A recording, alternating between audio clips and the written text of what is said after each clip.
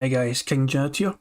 Before I actually start the show properly, okay, and usually I'd play my wee daft bingo intro, and that will happen, but I want to say this thing first before we actually dive into the bingo stuff properly. So this is like a little kind of pre-show thing because I wanted to address it because I think it's kind of daft, but at the same time I think it merits a mention.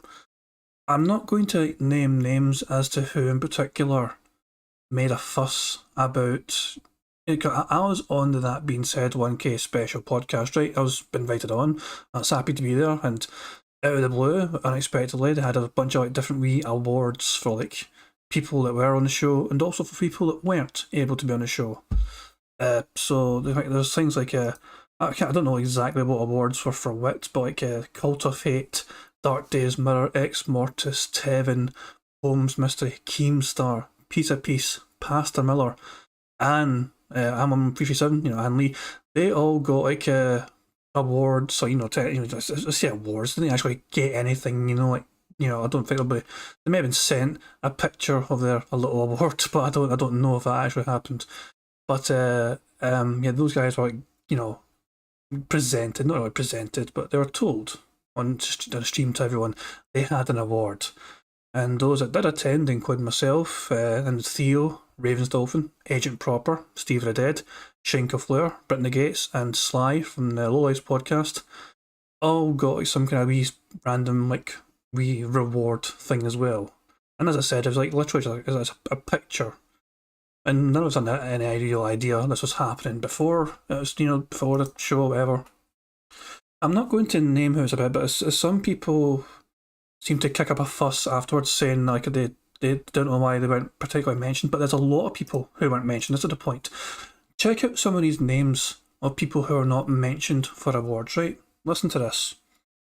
Aquateal, Bad Moments in DSP History, Super Crazy, Profit, Duty, Secret Limited, Memology 101, The Decepticon, who made a couple of really good videos lately about DSP, Snort Burnell, Chill Murray 7, James the Lesser Express Lane, The Outsider who's taken over the mantle of doing This Is How You Don't Plays, Darkside of Phil, Pixar Animations, Sunspot Gallery, Ludwig World Order. These are big names and detractors. And there's plenty more that I've not even mentioned. There's so many detractors out there.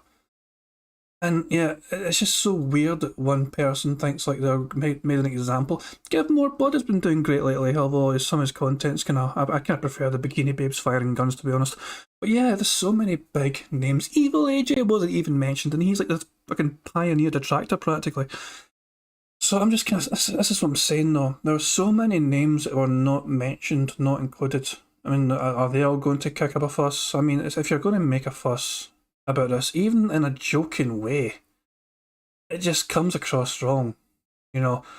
Obviously, as I'm saying, my chats even come up with other suggestions. Light Side Bill. I was thinking as well, is there other people? Vault Boy. Apparently, Vault Boy's back. His channel got nuked, but I think there's a Vault Boy 2 now channel. I need to check into that later on, but I think Vault Boy is actually back after being got by you know who. There's tons of detractors out there, obviously. I mean, it's hard to really give the kind of credit and notice to all of them, especially when time is short and we're all like there for like a wee show, and so many of us doing all these different wee things. That's what I'm saying, it's kind of crazy the names on a list, people that weren't even mentioned or whatever, and I thought I'd put together one list to show you. It's not just one person that got left out. It wasn't just an agenda by, the fucking hosts of That Being Said or whatever. There's tons of people out there that are just, just trying to enjoy what they're doing and making fun of Phil, just trying to share their quirky sense of humour as well with other people and see if it kind of resonates with people or whatever. It's just the way it is.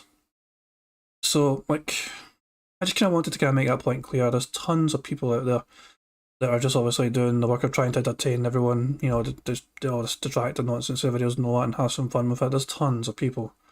And just because your name wasn't mentioned doesn't mean there's an agenda. It doesn't mean it's some sort of message. There's nothing to do with that whatsoever. I had nothing to do with names getting picked. I was just going to make that perfectly clear. I just want to emphasise there's so many out there. You need so much time to really appreciate everyone. It's pretty much more than a day's worth. even if it was done as sarcasm, it didn't come across well back weeks for people that I've seen trying to make a big deal of it.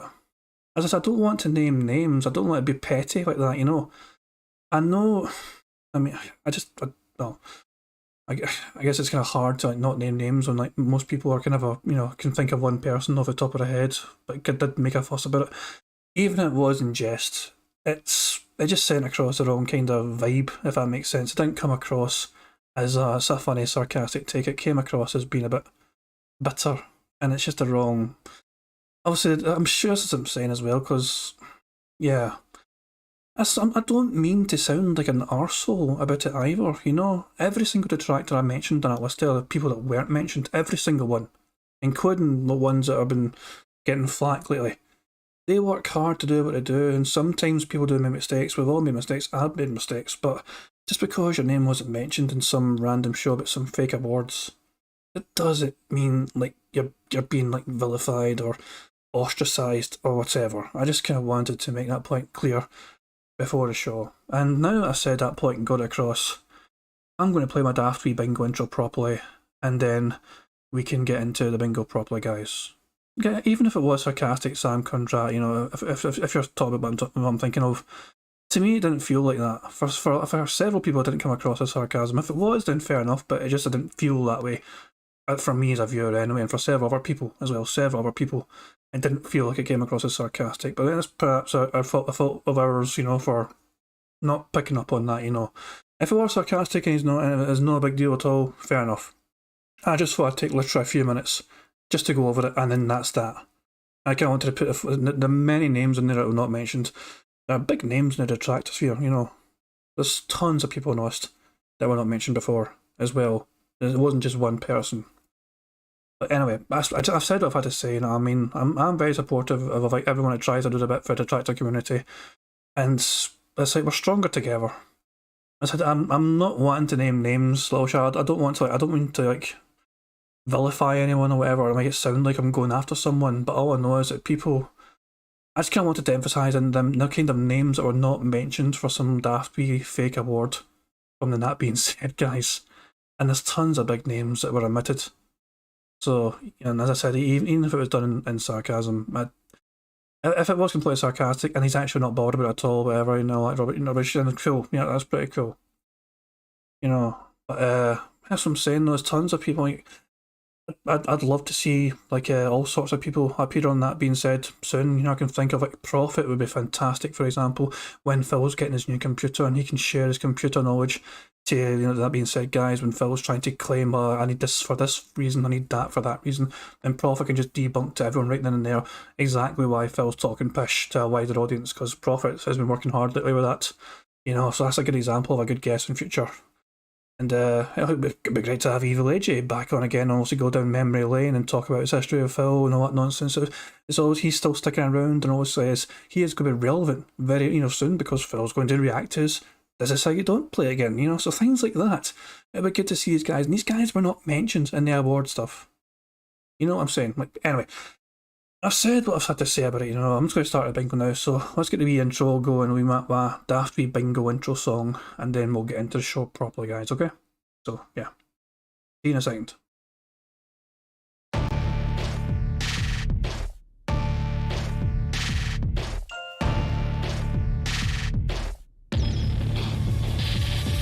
With Phil stumbling drunkenly out of his bed, appearing in his head all the things he's wanting to be said. 19 minutes are Phil to Phil, with so much time to kill. He promised chill, but all he does instead is beg and shell. The stream's online and straight away begins to whine, but all is fine as long as Shad's benign and doesn't step out of line. His content's immature for all to endure like fresh manure, but I feel sure he ran straight to feeling so insecure. The money he earned from yesterday was withdrawn and long gone, as Phil's spending impulse is always set to stay on. If supports are also slow and stays so low and fails to grow, you never know, the show may turn into an easy bingo. Once kicked off across the board with charge to what, because his code can be ignored. Just how much DSP makes us feel so bored. To help us fight or sleep and try to keep alert to watch a creep who play bingo, but Phil will bitch and why his sheep are also cheap. While DSP is chasing green, we're seeing green across the screen as Phil's routine predictability rivals a slow machine. He's not in burp and leaning ban. It matters not if actually fun. His child can't see if others make him feel less of a man. Takes a drink and starts his like before lunching into a big pretending there for bills when truth is to buy a wrestling JPEG. Talks about his shitty life of call his cat and party life and all his strife of forgetting that it's a well and they were rife. With drama he will react, but isn't actor as a fact as he rehearsed to be exact in how he felt he was attacked. Teaches nearly over and a win is in sight, with what to white despite Phil to light that tits were not white. We'll say alright it is okay, and now it's time for Phil to play, but first he'll say that tits will help from being off the other day. And with those words we win again, it's never if but always when the game is won, and thanks to that we made it to the very end.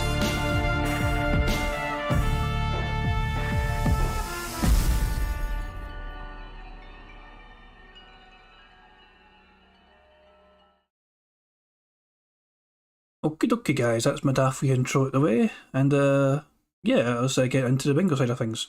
As I said, it's one of those things, I thought I said I was going to be finished with, but if any people that were not mentioned in the awards actually took it personally, then it was not the intention to be omitted just because of pettiness. If people did react to it in a fake, bitter way, and it was just sarcasm, that's cool and that's okay as well, and message understood then. You know what I mean? It's like, I didn't want to make a big deal about it. I just wanted to cover it, and I just wanted to emphasise some of the names that were not mentioned. There are some massive names that were omitted altogether, and it doesn't mean it's a slight on them, you know. But I just kind of wanted to emphasise them, the kind of people that deserve recognition as well, but they weren't mentioned. But just because they weren't mentioned doesn't mean it was a slight on them.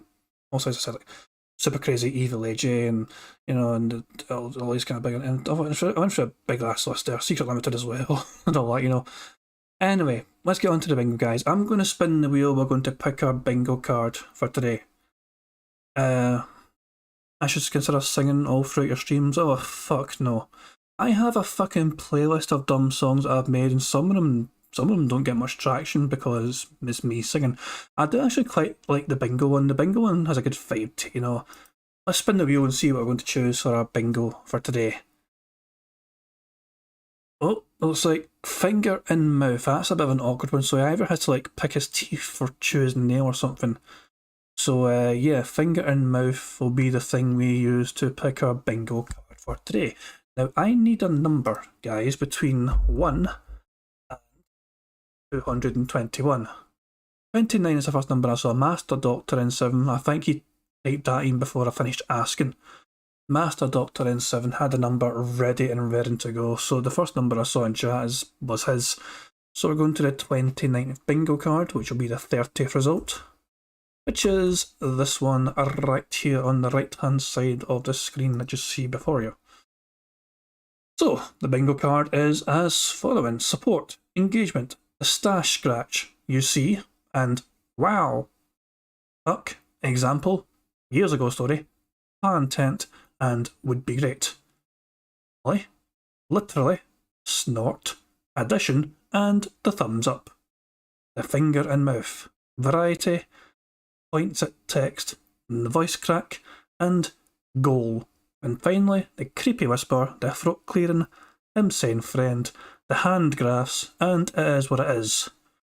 That is actually a fairly strong card. Hey Prophet, you're here late, you didn't miss much. I was just bigging you up, basically. I was bigging up a lot of people, to be fair. You didn't miss much.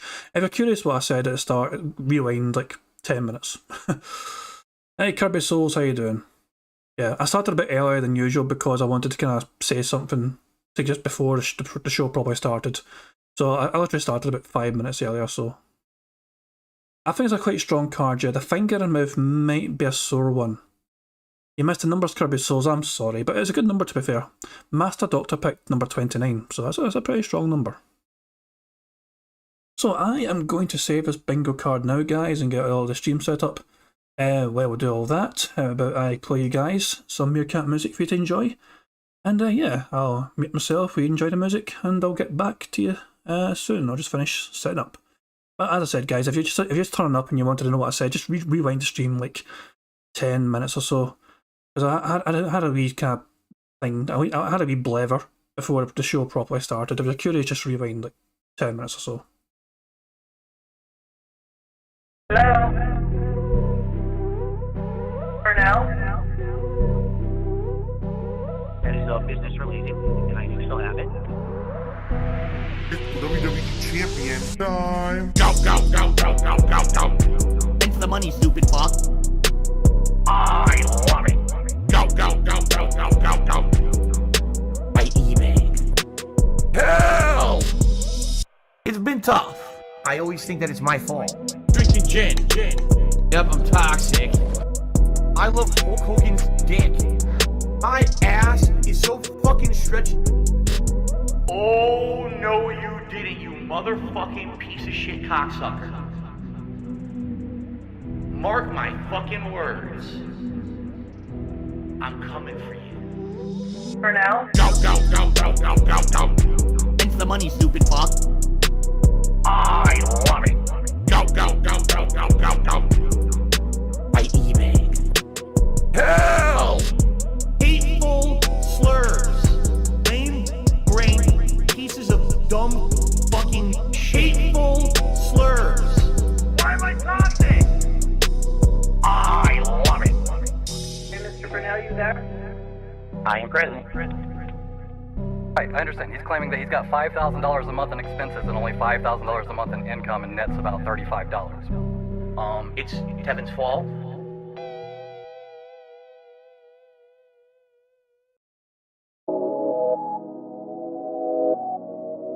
Now, I do have a favor to ask, okay? I mentioned this on tonight's late stream. I'm going to probably be mentioning it on every stream this week. Here's the deal. This week, I have 2 very large bills due. But then, I also have my day off on Wednesday. I bring this up because I need you to refocus your support if you were already planning on supporting me this weekend. This one's for all my baby girls. Phil's a joke, Phil's a clown. Fucking loser.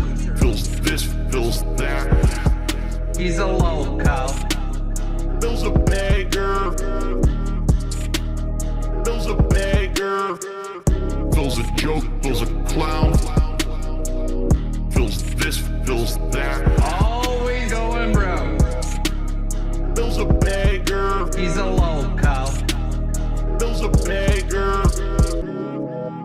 If you think that someone who has to live day to day on tips and shit is funny, oh, so hilarious that this guy has stuff financially tight. Ha ha ha ha ha. No, it's not fucking funny. Now shut up. Phil's a joke, Phil's a clown. Phil's this, Phil's that. He's a loco. Phil's a beggar. Begging. Phil's a beggar. Phil's a joke, Phil's a clown. Always going broke. Phil's this, Phil's that. He's a loco. Phil's a beggar. He's a loco. Phil's a beggar. That's not begging. Okay, I'll be honest, it makes me nervous because I've noticed recently there's actually been an uptick in super chats, which is great. It helps the channel long term, and certainly I'm not being ungrateful. And if that's the only way that you can contribute or support the channel, great. If you can help me and tip me, please do. That's what I need help with right now, okay? Again, I'm not asking for anything above and beyond. You know idiots will come out in prayers. Phil's saying he wants you to pay directly. This dude is a piece of fucking garbage. Yesterday was a really slow day for me on stream.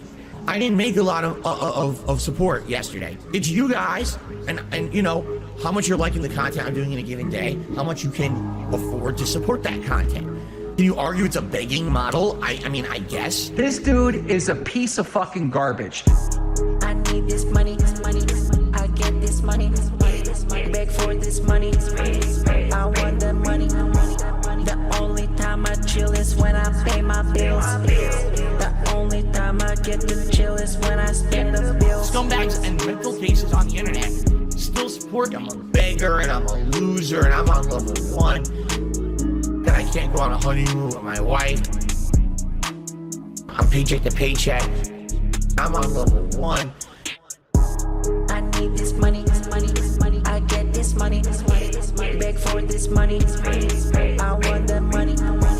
The only time I chill is when I pay my bills.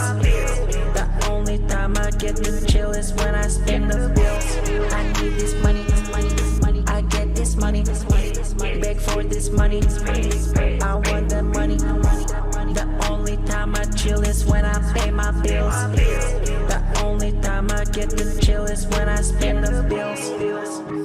If you are watching his shows and you're paying his bills, you're a fucking loser. You should not support this guy. He had an opportunity to make serious money to entertain you, and he wouldn't do it. But you're gonna still fucking give him $200? You're gonna give him $50 to pay his fucking bills? Nah, you got a job. You keep your money. Fuck that guy. I understand that people right now are so hyped for the gifted memberships, and I'm very grateful for that. I mean, thank you. But I hope that that doesn't mean that people are going to forego tipping, because that would put me in a bad situation. And in particular, I don't know why you guys, okay, why are you laughing? Grocery shopping, tips. Meal with my wife, tips. Coming up, my day off on Tuesday, tips. Nintendo Online, tips. Bills and stuff, tips. Tips are the liquidity of my business. Huh? Why are you laughing? Oh, so hilarious that this guy has stuff financially tight. Huh? I literally can't afford stuff on Tuesday on my day off, and you're gonna laugh? Oh, that's funny. When you can't go and do something with your family on your day off, you're one day off for the week when you're working full-time 6 days a week. That's funny, right? No, it's not fucking funny. Now shut up. Grocery shopping, tips. Meal with my wife, tips. Coming up, my day off on Tuesday, tips. Nintendo Online, tips. Bills and stuff, tips. Tips are the liquidity of my business. Grocery shopping, tips. Meal with my wife, tips. Coming up, my day off on Tuesday, tips. Nintendo Online, tips. Bills and stuff, tips. Tips are the liquidity of my business. Huh? Huh? Huh?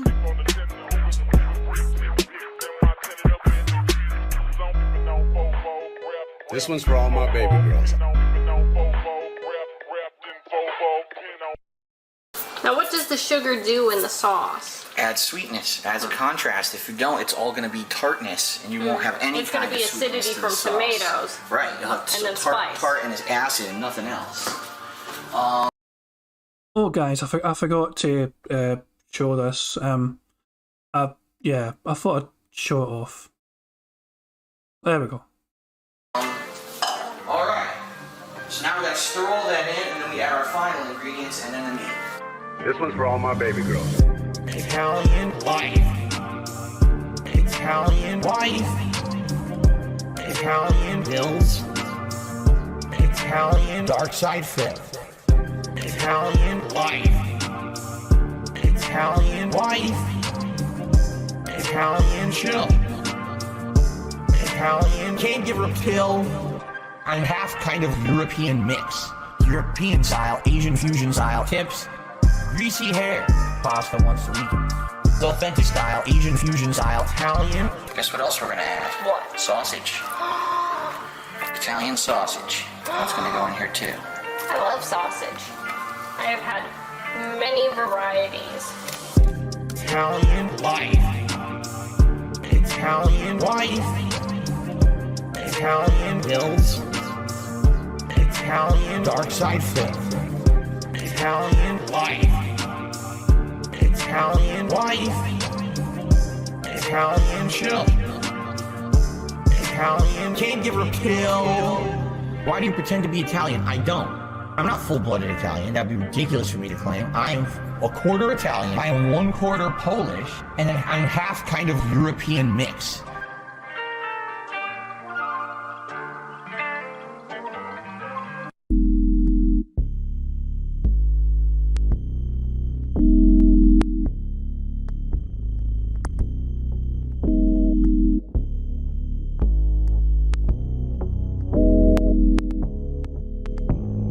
It complements the flavor perfectly. And it's so weird because it's nothing like any other cuisine. It really isn't. I can't even tell you another cuisine that tastes like that. But it's so good. And what I like about Mediterranean food is usually when you get it, you get such a good variety of stuff. Like I got, it came with hummus and pitas. You dip the pitas in the hummus, and that was delicious. Robust. Insanely flavorful chicken. It's not dry. It's freaking robust. Give me this dipping sauce. Garlic infused dipping sauce. Robust. I will tell you guys is thus. Robust. Robust. It came with their rice, which is the seasoned rice. The tastes, again, it tastes kind of different from other cultures' rices. It has peas and carrots, but it's also got this unique seasoning in it that's really good.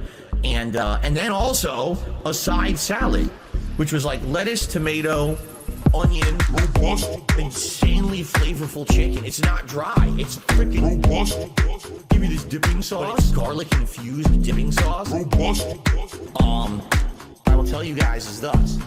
robust, robust, robust.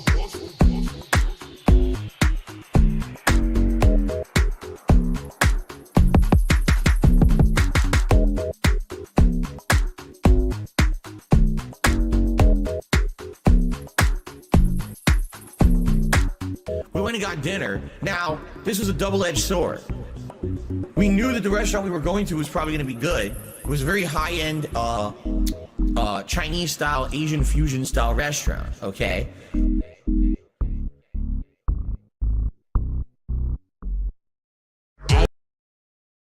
Got to love the Chinese style, Asian fusion style restaurant.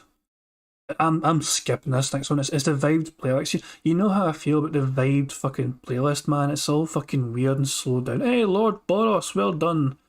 Remember, Lord Boros was our winner, the one and only winner of a full house so far. So yeah, and Steve Ed's in the stream as well. Hope you're doing well, pal. Good wee show we had the other day on the That Being Said podcast. I do hope you proudly show off your award on your next video, Steve Ed, such as I am doing here in my live stream. Showing it off for all the world to see and bragging about it. Look at my organic engagement award. I'm such a fucking hot shot. Look at me.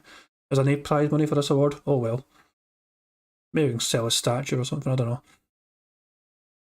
Yeah. Phil's chat's fucking dead. I was going to include it on the screen, but it's my statues. I don't want it to obscure my statue, you know. Fuck it. I'll keep it on the screen then. Fuck it. So Phil's chat right now is on the screen. We'll get rid of it once the fucking show starts. We don't have to worry about what Phil says during the show. But if you guys are curious, you know, about what Phil's saying in the build up to his stream, it's dead. This entire chat you're seeing right now is everything that's been said so far today. Prophet says Steve is a mature adult with a psychology degree. Yes, I mean, I cannot disagree with that. Steve is saying, hi, good point. I'll have to pick it up off Meerkat. I left it at his. There was an after party. See, this is what fucking happens when I fucking leave parties out just to play bingo. God damn it. The sacrifices I make for my bingo audience. I missed the after party. Oh, tragic. Ah, fuck, that's no fair. Ah well, that is what it is. You know, bugged bingo mechanics. Nothing I could do, dude.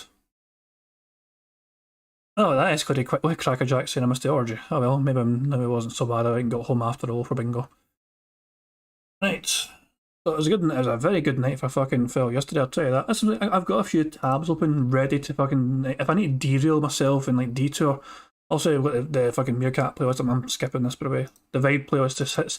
It's so weird, the Vibe playlist, man. It's just his songs are all so down. I got fucking Phil stream. He's not live yet, by the way. He's fucking not live at all yet. This is what I'm saying. This is the whole entire chat from today. This is it. Fuck all what's happening right now in Phil's chat, and he's live right now. He's meant to be live right now, but he's fucking delaying while he's still waking himself up. But yeah, I got Pig Go ready to go, I've got the tips tracker ready to go, I've got Kiwi Farms ready to go, and when it's all over and said and done, we've got Notorious PIG contributions also ready to go. So if I'm going to derail myself, I can just immediately go to one of these sources here and just go, right, let's just check this to see. But as I said, yesterday was a very good day for Phil, especially with his chill game Sunday Night Bites, which could be copyright infringement, who knows, I don't know, trademark infringement, I don't know. Apparently someone else uses Sunday Night Bites in some capacity over the years, and it's like, is Phil, you know, stepping on anyone's toes by using that for his own shit? Who knows? But yeah, Phil got over $200 on the evening podcast. He recorded $229, so there you fucking go. What a fucking very good show for him. So he got $346 overall during the day, which is very good, successful stream. It's was that even more successful than the first closet stream? It was, you know, it was. This is the most successful stream day Phil has had since the 19th of July, where he played Stray and As Dusk Falls, and both games are extremely well supported and he got $370. So there you go. And if you want to, if you're curious about the breakdown of the tips, then let me scroll down for fucking ages to try and get to the bottom of this fucking massive list here. Well, wait. Almost there. It's fucking just almost there. 2 seconds. Okay, wait, 5 seconds. 5, 4, 3. Okay, here we go. So this is a wee quick breakdown of the fucking tips from that evening stream that Phil had. $25, 1 Minute Man. Apparently not the real 1 Minute Man, because why is he appearing on an evening stream? Well, to be fair though. Oh yeah, this is 1 Minute Man here. So this is a different 1 Minute Man, according to Piece of Piece. I don't actually fucking know. It's a bit weird actually. But yeah, OMM anyway, $25, $26 from Phil Smokes Crack, $27 from Bassmaster, $25 from NDO 103, $25 from SR Flem, and what was it, $65 from Netcode. That was it, $65 from Netcode as well. Big massive tip. It was a couple of fake 1 Minute Mans. And speaking of, but by the way, the day stream for Toy Story 3 was only saved by Ukrainian vodka with a message of his tip message for his massive tip. By the way, it got filled to $111 or something overall, and it was well below the fucking second. But he was barely had Gunner glasses and he was desperate. In fact, I think he was actually not. He didn't even have Gunner glasses at the time, and he was desperate for a hero. And so, Ukrainian vodka stepped up to the plate for Toy Story 3, tipped him $56, and said, "You've got a friend in me. You've got a friend in me. Whenever you're low on tips, I'll be there with money. I want to erect your nips." This is the kind of audience that Phil has following him. Yeah, so it's weird that he's got Toy Story 3 in a day stream, but he must have been promised money probably by Ukrainian vodka. Ukrainian vodka. Whoa. That dipshit's finally alive. Oh well. I'm pretty sure, but I can only assume it's a day stream game, Toy Story 3. Purely because this dude right here has promised him money. I'm just interested at the aliases. So Ukrainian vodka is Canada #1's ugly mug, and also my mom thinks I'm handsome, and also it's probably got several fucking aliases, man. Jesus Christ. And Phil had a big tweet as well.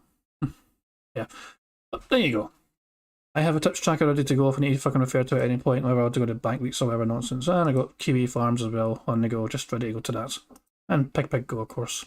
So, yeah, we're looking all good. Ukrainian vodka is Superhound. Apparently. We don't know that for sure, Trent. We really don't. I mean, oh, the numbers. He's lost some members again. 539. Okay, right.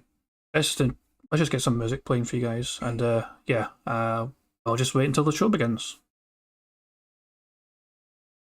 Did not mean to click on this. I clicked on this thinking I was on Meerkat's music, but I wasn't. Well, let me just go to the right fucking page and click play. For now. That is business related, and I do still have it. It's WWE Champion time. Go. Thanks for the money, stupid fuck. I love it. Go. By eBay. Hell! It's been tough. I always think that it's my fault. Drinking gin. Yep, I'm toxic. I love Hulk Hogan's dick. My ass is so fucking stretched. Oh, no, you didn't, you motherfucking piece of shit cocksucker. Mark my fucking words. I'm coming for you. For now. Go. Thanks for the money, stupid fuck. I love it. Go. By eBay. Hell! Hateful slurs. Lame brain pieces of dumb fucking hateful slurs. Why am I toxic? I love it. Hey, Mr. Burnell, you there? I am present. Right, I understand. He's claiming that he's got $5,000 a month in expenses and only $5,000 a month in income, and net's about $35. It's Kevin's fault. The topic I want to discuss is depression. Depression is not a joke. It's not something to be joked about, but you are not alone. You are not a horrible person because you have this. It's not your fault. There's still this back here. And it's still in the back of my neck, the back of my head, the back of my mind, and it's always telling me. It's WWE Champions time. It's been tough. Over the last decade. It has. It's been tough. It's been tough. Over the last decade. It has. It's been tough. It's been tough. Phil's a beggar. Phil's fat. Phil's a loser. It's been tough. Phil's a faggot. Phil's fat. Phil's a loser. Phil's a beggar. It's been tough. Phil's a beggar. Phil's fat. Phil's a loser. It's been tough. Phil's a faggot. Phil's fat. Phil's a loser. Phil's a beggar.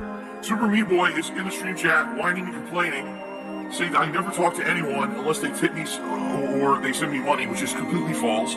All he's been doing is sitting there all night complaining that he's depressed and no one cares. And everyone's basically ignoring him because you're like, dude, we just don't care. You know, you come in and the first thing you say is you're depressed. And what are we supposed to say to that? Now he expects that I'm going to derail the whole stream to talk to him live. So let's do it. Super Meat Boy, how you doing? You're really depressed tonight, huh? You're really depressed.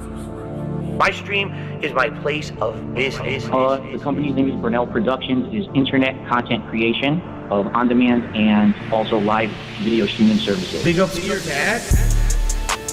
I'm the one who operated a successful YouTube channel. Please tip me.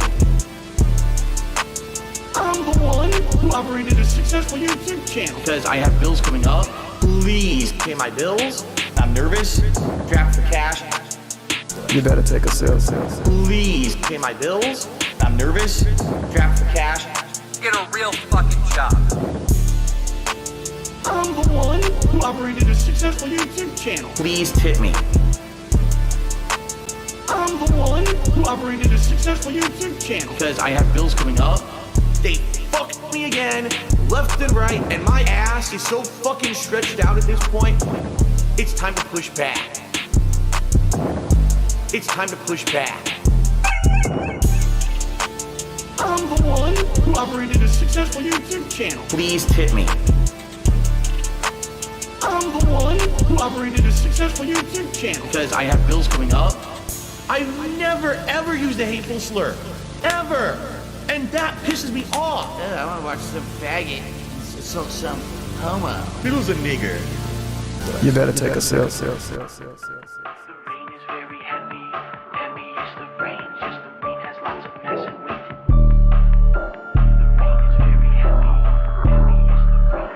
I'm a mature adult with a business degree. Big. All I see you do is big. Little piggy, why you?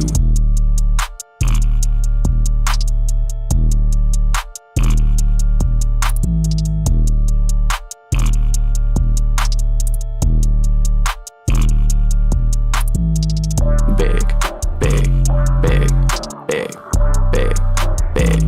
All I see you do is big. Little piggy, why you?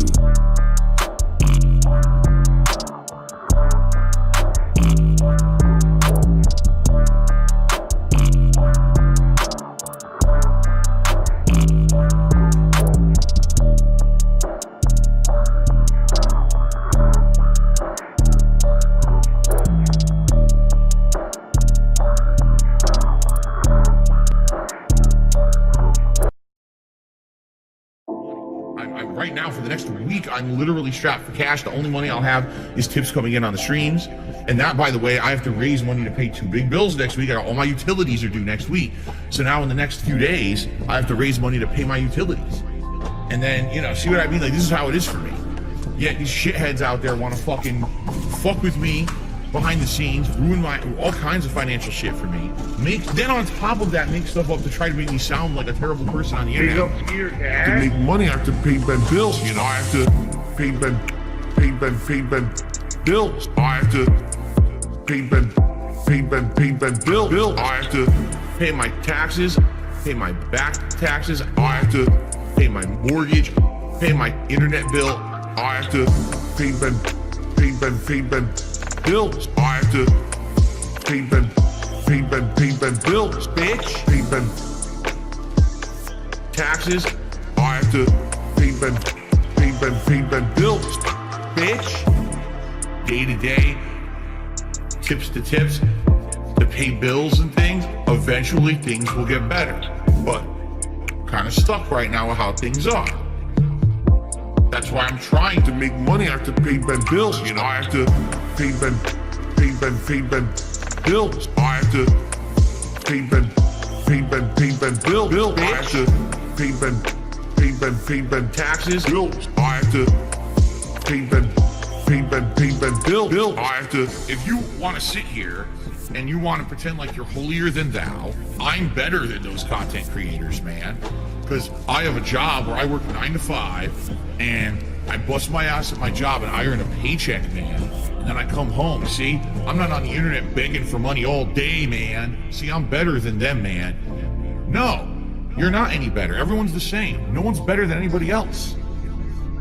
Get your ass out there and fucking work, bitch.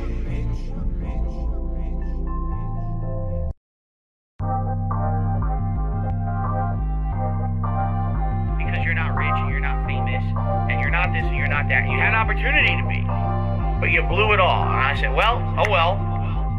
I'm proud of that. I guess I'm proud to be a loser.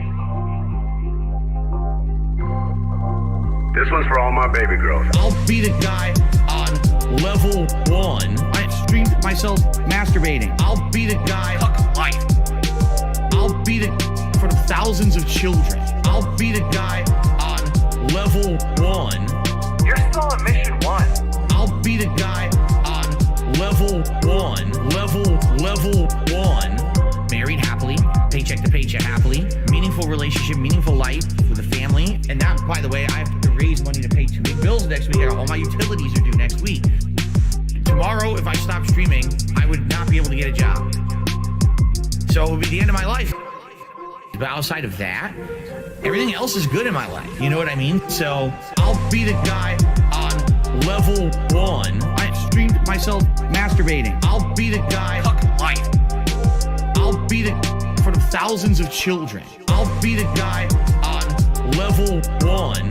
You're still on mission 1. I'll be the guy. I'll be the thousands of children. Let me tell you something. When your life is all positive instead of negative, it's a much better situation. Big up, Skier. And I can tell you that from personal experience.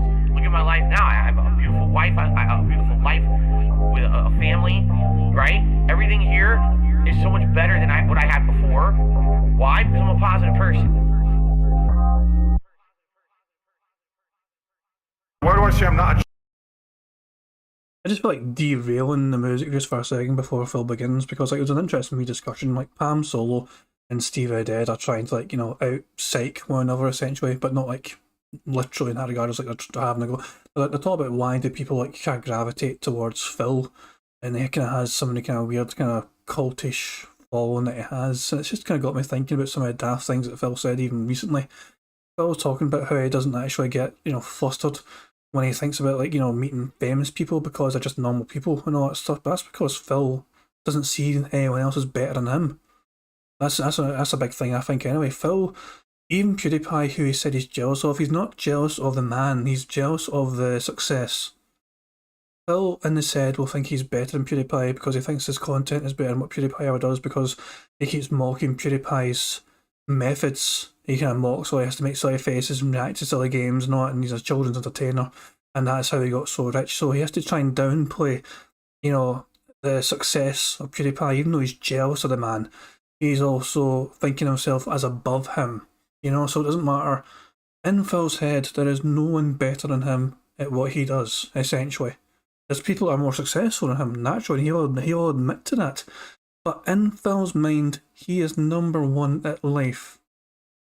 That is just the way it is for Phil. Even for people he's jealous of, he is convinced in his head he's better than him. And look what he said about RTU. RTU got over 1 million subs. His views do a lot better than Phil's and on all his uploaded videos. I'm not saying he's a better content creator, whatever. That's not really the point. But the fact of the matter is, RTU seems to be doing a lot better at a YouTube game than Phil is. And so Phil reacts to that by just saying, "Look, I know I'm better than you." So yeah, we need that song, please. Okay, I'll stop talking and I'll play your song again. Children's entertainer, because I'm not a Muppet. I'm not here to play a character. I'm not here to pretend that I'm something that I'm not. I don't dye my hair. I don't act stupidly constantly to get attention from children. I don't do stupid pranks. You know what I mean? I don't cause drama. I'm here just to play games and have fun. I'm a legitimate gamer. Big up Skier Cat. I need banana, tasty banana. Put banana in my mouth, tasty banana.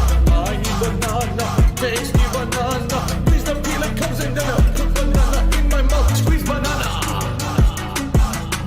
Put banana in my mouth, squeeze banana. Put banana in my mouth. Act and talk a certain way with certain mannerisms, certain over-the-top reactions, screaming at the top of their lungs, jumping, flailing, doing weird things, constantly on camera. I need banana, tasty banana, put banana in my mouth, tasty banana. I need banana, tasty banana. Please don't peel it, comes in the milk. Put banana in my mouth, squeeze banana. Put banana in my mouth. Squeeze banana. Banana in my mouth. This one's for all my baby girls. I need banana, tasty banana. Put banana in my mouth, tasty banana. I need banana, tasty banana. Please don't peel it, comes in the milk. Put banana in my mouth, squeeze banana. Put banana in my mouth, squeeze banana. Put banana in my mouth. When we hit the 250 vest streak for that celebration, I'm going to debut a new vest. There we go. Celebratory bubble blow. Very nice. There's bubbles everywhere. There's bubbles all over my PlayStation 4 controller. There's bubbles on my microphone stand. There's bubbles everywhere tonight. It's out of control. This one's for all my baby girls. And it starts to click, you know. If someone just keeps saying sorry when they do something, they're not really apologizing. Right? If apologizing isn't just words, it's I will not do this thing again because I feel bad about it. If you keep doing the thing, it's not actually an apology. You have no respect for people that are alive, for fucking people that are dead. Well, sorry guys, the music has to stop because Phil's about to begin. Let's get rid of this fucking chat. Fuck off, this chat. And yeah, as usual guys, keep me tag me in chat if I miss anything. I'll do my best to catch everything. I can't guarantee I do, so please make sure I don't miss anything if you're able to. I will rewind if I have to as well. But yeah, fingers crossed we got a full house today. This could be another good day to be a detractor.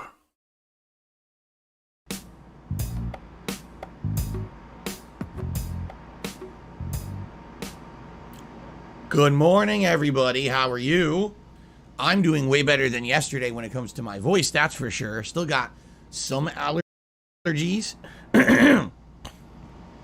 But man, I woke up this morning and I could actually talk.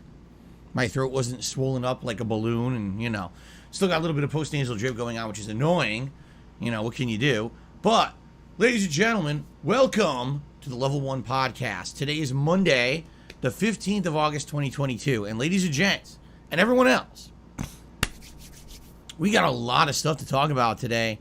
I love it when I have a day when we're starting up with the light off.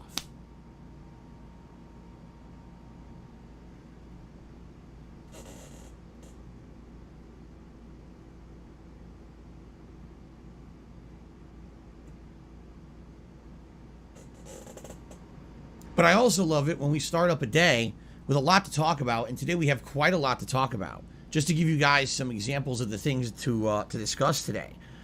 We've got new animations on the stream, which we're going to discuss in a moment. We've got an upcoming event on Saturday, which now has a big update that I'd like to share with all of you, okay?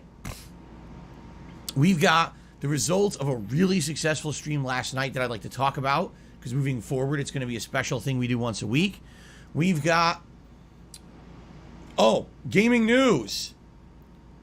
Gaming news. And you might say, why is Phil wiggling his t-shirt while saying gaming news? You're going to find out in a moment. We got a lot to talk about today, and I love it when we have a podcast when there's a ton going on. It makes it very exciting and interesting. So welcome. If you're here live, you're in for a treat. We got a lot of positive and fun stuff to discuss today. If you're here watching this on demand, shame on you for not being here live. Shame, shame, shame. Okay, I'm just kidding. I'm well aware that many people watch the Level 1 podcast on demand at their own leisure. You know, it's a little funny because obviously in the last year, I've definitely switched over from pure gameplay to a lot more talking with you guys, interaction style, podcast style content. We all can agree there. And I've noticed a pattern that usually this podcast, within one day of it going live on the internet, gets between 500 to 1,000 views. And it can vary. I'll give you a perfect example. 2 days ago, I did my Closet Clean Out Marathon Part 2, The Revenge. And because I already had released 7 or 8 other videos that were essentially this style of content, the podcast actually got way less attention. I think that day it got maybe between 300, 400 views. But on a typical day when there's a lot going on and there's interesting topics, it usually gets around 1,000. And I'm happy about that. It's not certainly groundbreaking numbers, but it means that there's lots of people out there who like this content. And I really enjoy doing the podcast this year. It's been great. A great way for me to interact with you guys, get you updated on everything going on situationally with me and the content, the streams, right? There's no longer a need for my old style podcast or the state of the stream address that I used to do and stuff like that, because I get to talk with you every single day, right? I love this. I really do.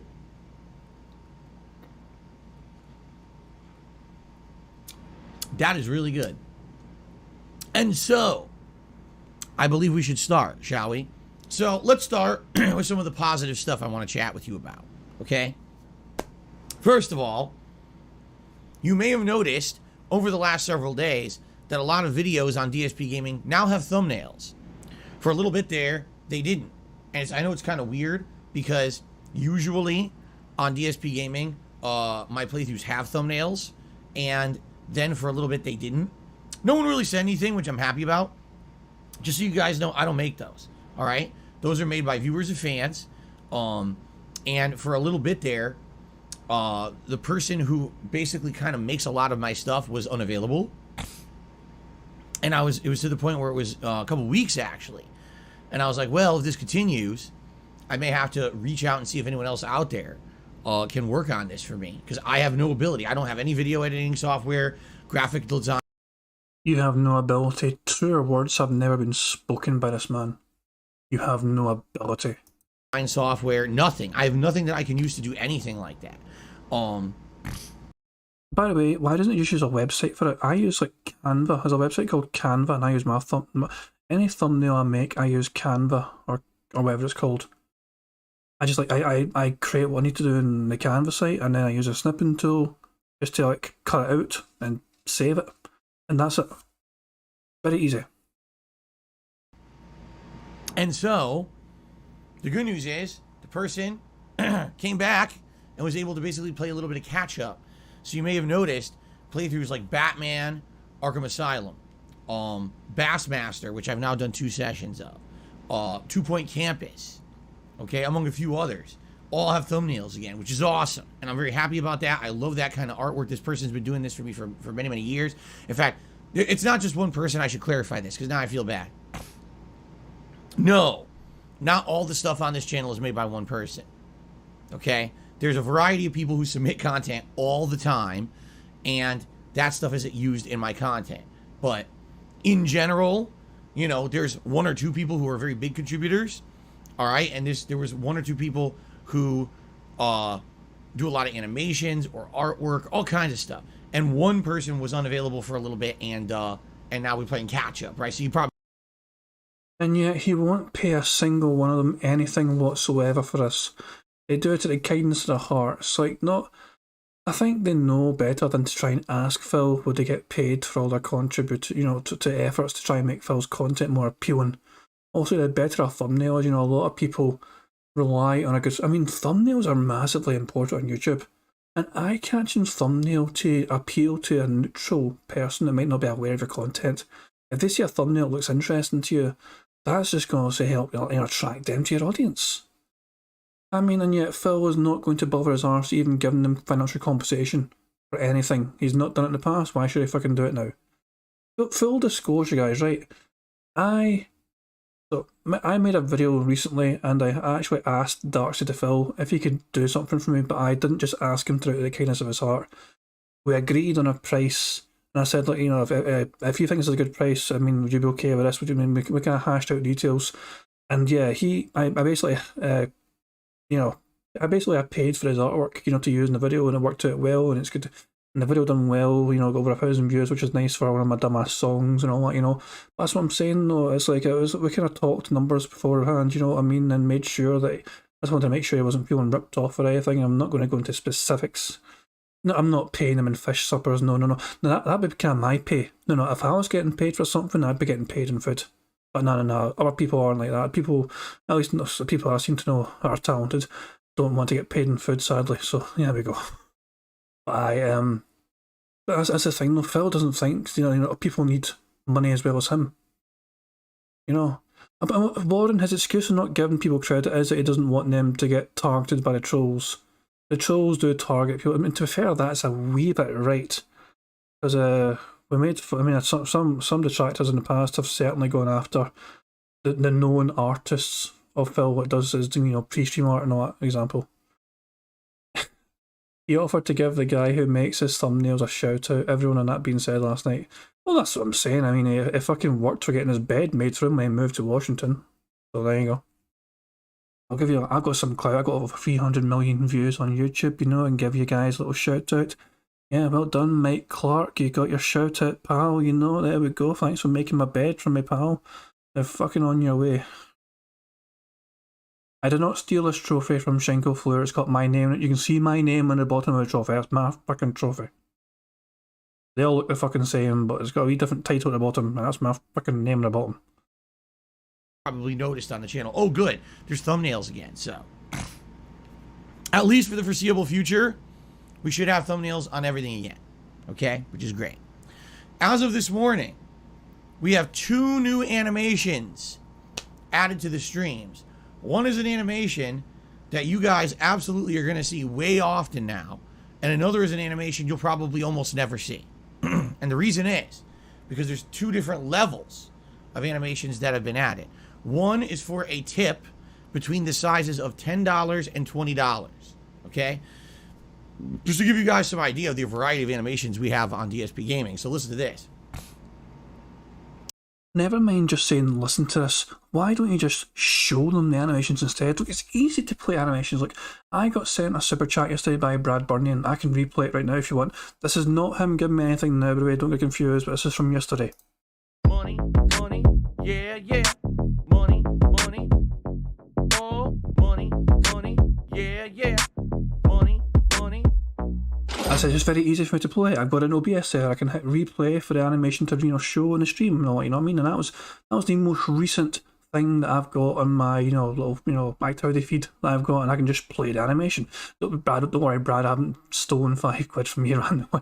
I'll just replay. That's what I'm saying. No, it's so easy for Phil to just show his fans the animations, and you can show them one time, and they'll be like, guys, if you want to see this happen again, whatever, you know what to do. But it doesn't even show them it. They've got to give him money to see the animation. He won't tell them what it's about, which is stupid because it's like, obviously he's a greedy bastard and it just highlights his fucking greed. It just highlights massively his fucking greed. Let's see if he does. He may surprise me. He might show us.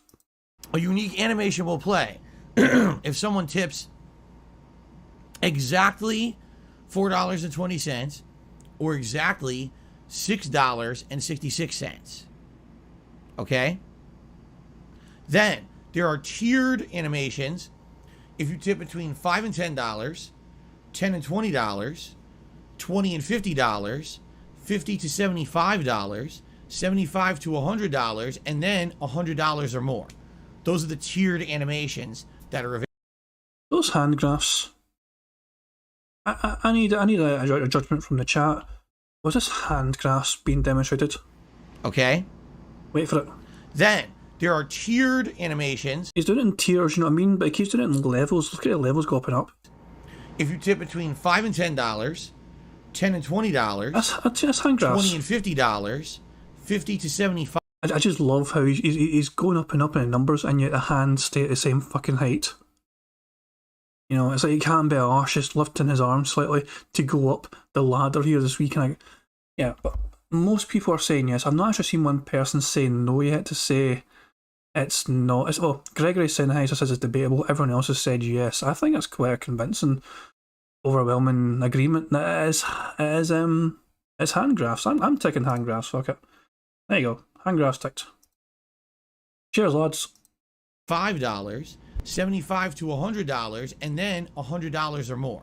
Those are the tiered animations that are available here on the channel. Okay. Full disclosure, guys, I have got one animation. You've seen it already. I played it like a couple minutes ago. It's the same animation and the same weed tune for anything. I'm not a complicated guy. I'm not going to fucking try and hide different animations or different shit. No, I'm going to play the same thing regardless of what you want to do. And regardless of how much, you know, you feel like giving me. You know, I'm not going to fucking say, oh, this better thing's hidden behind the more money. Fuck that shit. I play, I mean, I've got one good wee thing and it fucking works, you know, it looks exactly like this. Money, money, yeah, yeah.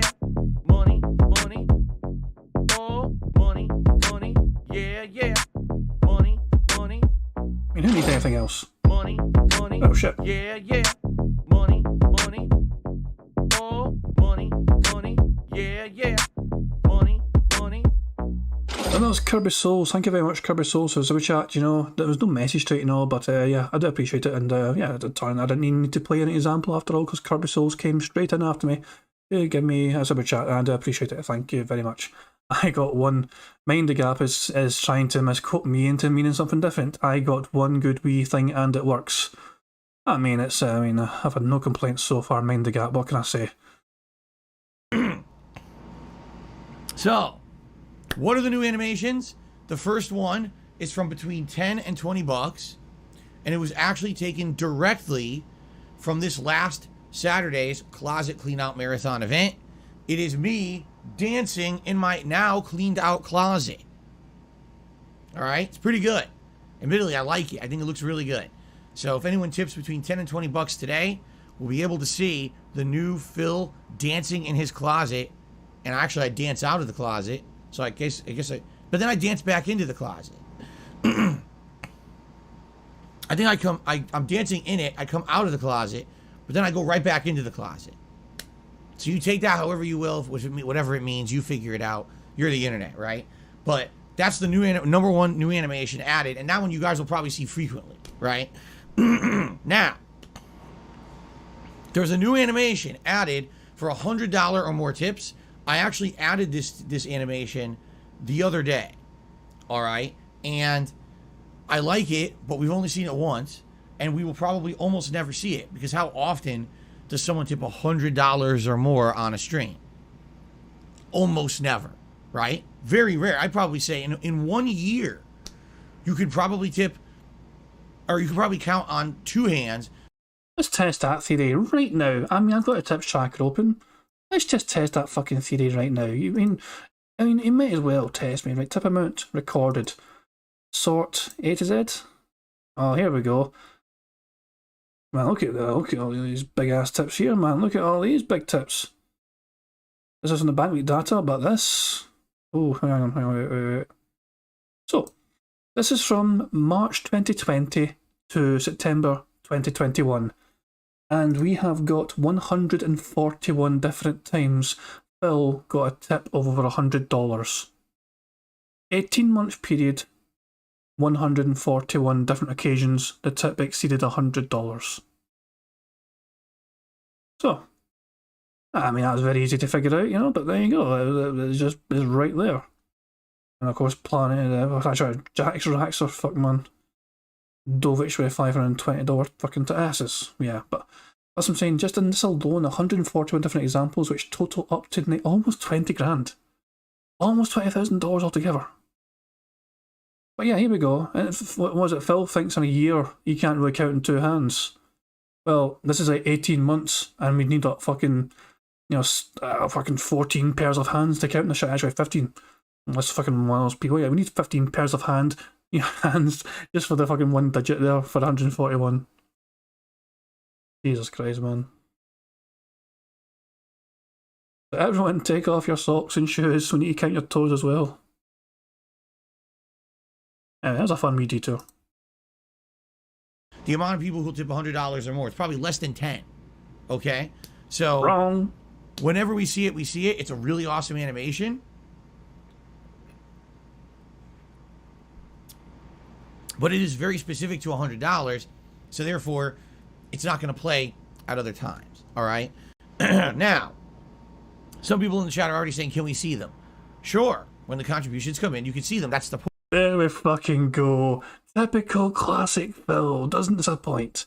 The greed is massively strong in this one. Oh my god. Why did I give him a fucking chance? Why did I fucking give him a fucking chance? I actually fucking gave him the benefit of the doubt and said, he might surprise me. This motherfucker might surprise me now and actually be kind enough to show the fans what they can expect in future. The sheer greed of it all, man. Yeah, I mean, I knew it was coming, but I still gave him a fucking chance. Oh my fucking god. Oh my god. I can't believe I gave this guy a chance to fucking prove me wrong. Literally, my head was in my fucking hands. I'm sorry if I was muffled. I gave this guy a chance to prove me wrong. We need to rewind that. It's not going to play at other times. All right? Here we go. Now, wait for it. Some people in the chat are already saying, can we see them? Sure. When the contributions come in, you can see them. That's the point. Like, that's the whole idea. You understand? If I just spoil everything, then what was the point of me having new animations? Oh, Jesus Christ. I thought I may have been joking. Yeah, I thought I actually may have been joking. I was like, oh, no, I'm only kidding. I'm just Josh. If you don't know, but he's doubling down. He's like, no, you pay me if you want to see this. Now, bear in mind that he won't have paid the artist anything. The artist would have got absolutely fucking nothing for this whatsoever. I say the artist, it doesn't sound like there's much artwork involved. It's some video editor.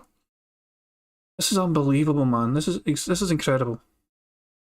The greed is so strong. He got this shit for free. I mean, it's the same thing with It's the exact same thing with fucking inflatable fucking crown. It was basically part of a loot crate fucking thing, and he's fucking charging $100, sorry. People want to fucking see that at any point in the future. It's the exact same kind of fucking premise, You got it as part of some fucking loot crate special or some garbage, which technically isn't free, but you get what I'm saying, As part of a subscription to it. It's just... I gave this guy a fucking chance, and he just still acts so scummy. I don't know. There's no hope for him, man. There's no redeemable qualities about this human being. Let's keep playing. Right? If I'm just going to give you everything up front, then why have a reason to qualify to have them? Ridiculous. Wow, that's... I need to see that one more time. I need to see it one more time. Times. All right? Now. One more time, guys. Some people in the chat are already saying, can we see them? Sure. When the contributions come in, you can see them. That's the point. Like, that's the whole idea. You understand? If I just spoil everything, then what was the point of me having new animations, right? If I'm just going to give you everything up front, then why have a reason to qualify to have them? Ridiculous. Just take a look at this month. This month, we've already done 2 closet clean out events. We've got a React event coming up, and we got a Teenage Mutant Ninja Turtles pizza party. And out of all of those, only one of them actually qualified via a reward. That's because you couldn't fucking complete your stupid fucking closet stream clean out in one day. It's your own fucking fault it's taking 3 separate fucking streams. It's your own fucking fault you suggested a fucking Ninja Turtles pizza party. Without an incentive for fucking paywall for once. And as soon as you fucking mentioned it, you regretted mentioning it because you fucking realised you could have paywalled that shit and it was too late to go back in it. Ah, Christ, man. Gryffindor's asking how many lines of coke I think would fit in his double chin. I think at least 4. Yes, well, that's fucking, I don't know, I'm going to say 6. And, oh yeah, apparently scratches Skylar Baker said mustache scratch as well as a Master Doctor. Yeah, so I'll tick that off in the card now. I was too busy being pissed off with Phil to even notice the fucking bingo, I'm not going to lie to you guys. I completely forgot about bingo for a second because this guy is just fucking pissing me off. This guy is pissing me the fuck off tonight. Prophet saying soon he'll be running marathons every weekend to scam for more money as he knows he can make bank in them. Kinda, yeah. I mean, it's better than fucking watching him play a goddamn game. It's boring as shit usually. Ah, Christ, man. The greed is massively strong. This is a fucking funky bingo card, man. If we get a voice crack, it's going to look like some sort of robot. Oh man, the greed is so fucking strong. Okay, we can't go too far behind, guys. We need to keep going. We need to keep going. The rest I'm just giving away. And now what's happened this month? This. Hey, pointed at text. That's another fucking bingo thing. Points at text. There we go. Also, was that a voice crack? 2 seconds. Oops, pressed the wrong thing. Hang on, 2 seconds. Was this a voice crack? The rest I'm just giving away. And now what's happened this month? This. I don't have anything to incentivize members. Nah, it wasn't. And therefore, members are way, way, way down. And it's my fault. I gave away everything for free. And Jesus fucking Christ. Oops, wrong, pressed the wrong button there, sorry. So, Phil thinks that because he's given everything away for free, the members plummeted, and he's blaming himself for that. That's an interesting fucking way to look at it. I have an alternative way to look at it, Phil. A whole shit ton of gifted memberships expired and nobody wanted to fucking renew them, and that is just that.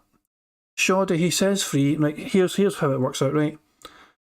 He's doing Evil AJ, this is how you don't play React, okay? That was a prize, right? I say that was a prize. That was a membership goal which got hit. I think it was a tier 2 goal actually, they hit. He got paid, the membership goal got hit to do 1 closet stream. He did that. He didn't finish cleaning out his closet though. So in his mind, in Phil's mind, the 2nd closet stream was a free event. And an upcoming 3rd closet stream clean out is going to be a free event because the fans did not have to fucking pay for that. Because Phil didn't finish cleaning out the closet, and obviously he can't just leave it half finished. So he's going to fucking finish cleaning out the closet. He knows in his head he's doing it for fucking free. Right? And then the pizza party thing, of course, as well, which he's doing for free because his dumbass fucking suggested it as a good idea without putting it behind a fucking paywall first. And he fucking hated that as well. He tried his best to try and make it so he could go back on that promise of doing the event without putting it behind a fucking, paywall first. And he knew he couldn't really do it because he already fucking suggested it and he already said he wanted to do it. I already set a date and everything. He did all that before thinking, oh wait, I could monetize the side eye even more. Fuck me, man, this fucking cunt. I just need to fucking keep playing, man. I don't want to fucking talk to him. I'm just getting too annoyed with this prick. And now we have no incentive for someone to become a member. That's how it works. It's my fault. I blame myself for that. Okay? Anyway, so awesome animations available. I'm absolutely sure at some point today we will see the new $10 animation. I'm convinced we're going to see that today. Okay? The $100 animation, probably not. We're probably not going to see that for a while. All right? But here's the thing. I was talking about how earlier this year we had really awesome animations added at the beginning of the year for the Skyrim playthrough. Well, the Skyrim playthrough's done for months now. So I wanted to get new animations. I'm glad we got this new one so we could slide it in and replace the old Skyrim animation that I had in the rotation so often. Okay? Now also, on the Super Chat side, just so you guys know, we have animations for, I think it's 420, 5, 10, 15, 20, 25, 50, and that's it. Those are the Super Chat animations. And what I've done is I have replaced one of the animations that was from Skyrim with this new Phil dancing in and out of his closet animation. But I did actually leave a Skyrim animation in the rotation for Super Chats. Why? Because you know what? The Skyrim playthrough was awesome. It's something that we want to remember. And with super chats, you don't see them as often. I have so many levels of super chat animations that you don't really usually see a lot of those repeated. So it makes sense to just leave a Skyrim one in there, maybe permanently. Okay? So I do have one in there for super chats. So, okay? So, all right. So animations wise, that's new stuff, right? Now, what we should do, we should go through the schedule for the week. I have some interesting stuff to talk about in regards to Multiverses today, big announcements. But also, I have a big update regarding Saturday's marathon event, which is DSP Reacts to the original This Is How You Don't Play Video, Metal Gear Solid 2. Okay? Awesome. So, let's begin, shall we? What are we doing today? Well, after the Level 1 podcast adjourns, we're jumping back into Final Fantasy VII. Now you may say, well, wait a minute. No, I'm getting bored. I'm going 1.25 speed. Fuck it. 1.25 speed. We're fucking miles behind anyway, I think. How far are we behind? Oh, we're fucking 15 minutes behind. Fuck us. Following this playthrough, you're 40 hours in. You know, what else is in Final Fantasy VII at this point, right? Well, we're at the end. If I wanted to beat the game today, I could beat it today. But this game... Steve Red, not only did Evil AJ retract his consent to Phil reacting to This Is How You Don't Play, he privated the video on his channel. If you go to Evil AJ's channel, you cannot find This Is How You Don't Play on it anymore. Not the Metal Gear Solid ones anyway. So they're still on his channel, but they're hidden. So I'm not sure what Phil's going to do. I think he's got some sort of alternative version. Has some really unique endgame content if you want to invest the time into it. Last time around, for most of the stream, we did the Coliseum or Battle Arena content at the Gold. Actually, I'll tell you what, instead of just guessing that's still the case, let's just fucking check right now. I mean, we detour, I know. Evil AJ. Evil AJ never did. Why am I not subscribed to him? I could have sworn I was subscribed before. I was definitely fucking subscribed. I'm fucking subscribed now. Right, we'll full screen very quickly. We'll sort it by most popular. No, most popular should be like This Is How You Don't Play. Nah. You got This Is How You Do Play. Evil AJ playing the game himself. But the This Is How You Don't Play is not there. Oh, I wonder what this is. Mike Watson on DSP from Evo. John, in 2005, I think it was, the three of you were absent from ST Top 8. What happened that year? You can defer that question if you'd like. I think it was a combination of, I think it was the first console ST that we played on for a while, and we just kind of took it lightly, thinking that it's pretty much the same as arcade. So I really didn't get that version, go out of the way to get it and practice on it. And when we actually got there, it wasn't that different, but the minor differences were enough to throw us off. And yeah, I lost really fast, and then so did everybody. It was probably else. on Turbo 3 or something, you know? So yeah, it was just a little bit different than what we're used to. So, but after that, I kind of learned my lesson to always get the version that they're going to play on, because you can't just assume that everything's going to be exactly as you remember. So. How about you, Mike? What happened that year for you? Is that the year PlayStation 1 was involved? Can we be real specific, or do you not know? There was a problem. I think it was the PlayStation version. Because when you play Bison and you hit a fierce flame and it only goes like 20% of the screen, you got a problem with the game. And you got some, that's the answer I was looking for. You got some idiot named DSP who's a total piece of shit, by the way. I like to get that on YouTube. But this guy thought he was hot shit because he beat me and Choi in a game that was like, it's like fucking Neo Geo conversion of Street Fighter or some crap, dude. and he was so proud that he put under his signature, he's the #1 US ranked Super Turbo player that year. But I mean, look at him now. I mean, he's just... No, he's got 20,000 subscribers on YouTube. 20,000 idiots are subscribed to him. That's great. Congratulations. Congratulations with your YouTube channel, and hope you enjoy your life, bro. I mean... It's a great victory, PlayStation 1 Super Turbo champion. You take that to your grave, bro. Good luck. Oof. Fucking harsh words. Like immediately, yes. So, I mean, I don't know. I mean, this is how you don't play Metal Gear Solid 2. The Outsider's got his own version. There's an On-Tan edition. There's an Evil Age edition here. It looks like He might use this to fucking react to it. Historical Society. Who the fuck's this guy? He's got 8 subscribers and he's like uploaded a bunch of different This Is How You Don't plays from other people, looks like, including the Evil AJ version. So I can only imagine he might use that instead to react to. Who knows? Who knows, guys? But yeah. What is up? Yeah, that's definitely the Evil AJ version, and isn't there a couple of, I don't know, I don't know if I can go too much into it. But yeah, it looks like it still exists on YouTube in other capacities, and it's not just on Evil AJ's channel. Read the about. I just closed it, but I guess I can open it again. There we go. Right, 2 seconds. Show more. Okay, I'll read about. As with everything, there is 2 sides. The purpose of This Is How You Don't Play Historical Society is to show an unbiased view of what the critics of Phil, DSP Gaming Burnell tried to point out.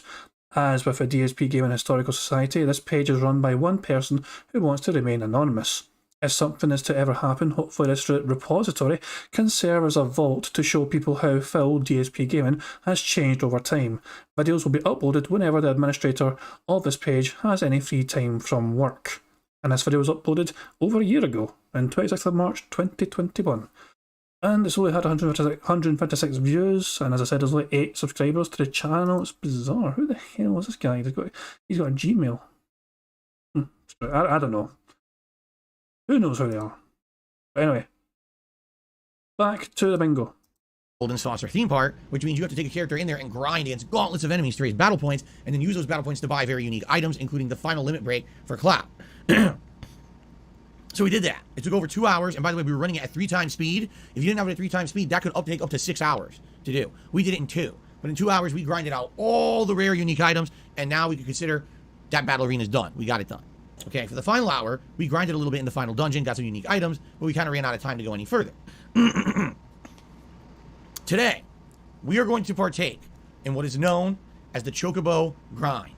What does that mean? In Final Fantasy VII, there's a minigame. This minigame entails catching, raising, racing, and breeding chocobos. Chocobos are the very cute mascot-style character that's always been. Okay, fuck this, I'm going 1.5 speed. He's still boring the shit out of me and annoying me. A part of the Final Fantasy franchise. They even have their own theme song every game. And they're these cute yellowish bird-like creatures that you can ride. And in different games, they have different uses. In some games, you actually can use them as like parts of your team or summon monsters. And other games, you can ride them around and get to unique areas as a part of them being in the game. So, here's how it works. You have to do this for hours on end because you have to keep winning different races. And the only way to win the races is to keep breeding and improving the chocobos that you have. So it takes a long time to do it. Now, once you do this endlessly, you'll start getting newer chocobos that are different colors and all kinds of stuff. And basically at the end of a very lengthy process, if you win all the races and you do the best things and you have luck, I think luck is involved a bit in it, you will finally breed a golden chocobo. Yes! Get on with it! So what's the point? Well, first of all, golden chocobo meat is absolutely delicious. It's a delicacy. You deep fry it, but just like buttermilk, you know, with chicken. Oh, but don't do that first because you need to use the golden chocobo to fly to unique areas of the map that you would not be able to reach otherwise. All right? And if I remember correctly, there's 2 areas. I think one area is a cave full of materia, and another one is this unique area. I don't remember if there's a boss or not, but it's basically you get the best summon in the game, which is called Knights of the Round. And Knights of the Round is incredibly broken. It's ridiculous, over-the-top, unblockable damage. All right? And when you have the W summon materia, which we got last time during the battle arena, you can cast it twice in a row. All right? Now, if my memory serves, and it might not serve, don't you get another materia called the Mimic materia in that optional materia cave you also fly to with the Golden Chocobo? Because I remember there's a Mimic ability, and here's how you really beat the super bosses of the game. You get one person set up with the W summon materia and the Knights of the Round summon. They cast it, all right? Then, the next person in your party casts Mimic. What Mimic does, it was an ability actually added in Final Fantasy V, and it carried over to 6 and now 7. It allows you to completely imitate the last thing you did in combat from your other teammate, okay? So let's say, for example, Cloud has the ability to cast Ultima, but Tifa doesn't. She doesn't know the Ultima spell. She doesn't have the Tifa materia, or the Ultima materia. But if she has Mimic, as soon as Cloud casts Ultima, on the next turn when Tifa moves, she can cast Ultima too. She just mimics him, see? So what you end up doing is you end up mastering the Mimic materia to the point where you get 3, and now you just have one person do double Knights of the Round, and then everyone in your party just mimics it in a circle. Okay, Gryffindor, calm down, calm down. He said you see, so I'm going to mark it off. Thank you very much for keeping me right, guys. Also, because Phil's boring and shut at me, I'm just going to play this. For the next 20 minutes, I'm going to be talking and saying absolutely nothing. I think it's quite relevant. So this is the one like really viable strategy against the super bosses. Otherwise, they can take a ridiculously long time to beat because they're insanely high HP pools, and particularly the Emerald Weapon is like an endless pit to kill this thing. It's so annoying.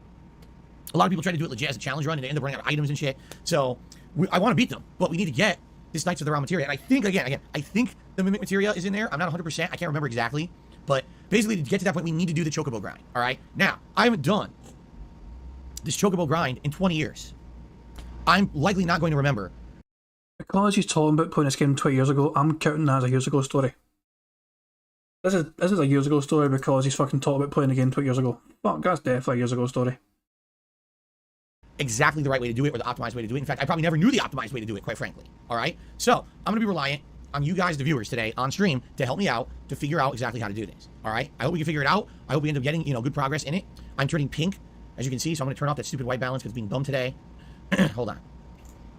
There we go. Stupid thing making me pink. Okay. So, yeah, I'm going to hope for a nice interaction and fun and have a good time today with Final Fantasy VII. It's going to be a lot of grinding, but because of that, it's going to allow us to have ample opportunity to kind of talk and interact and chill while I'm playing the game, as opposed to me having to be hyper-focused on the game. We can have a more interactive stream today, because there's going to be a lot of repetition, okay?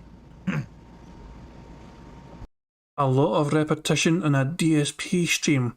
That is completely unexpected and out of the ordinary. When is it ever repetitive on a DSP stream? Never.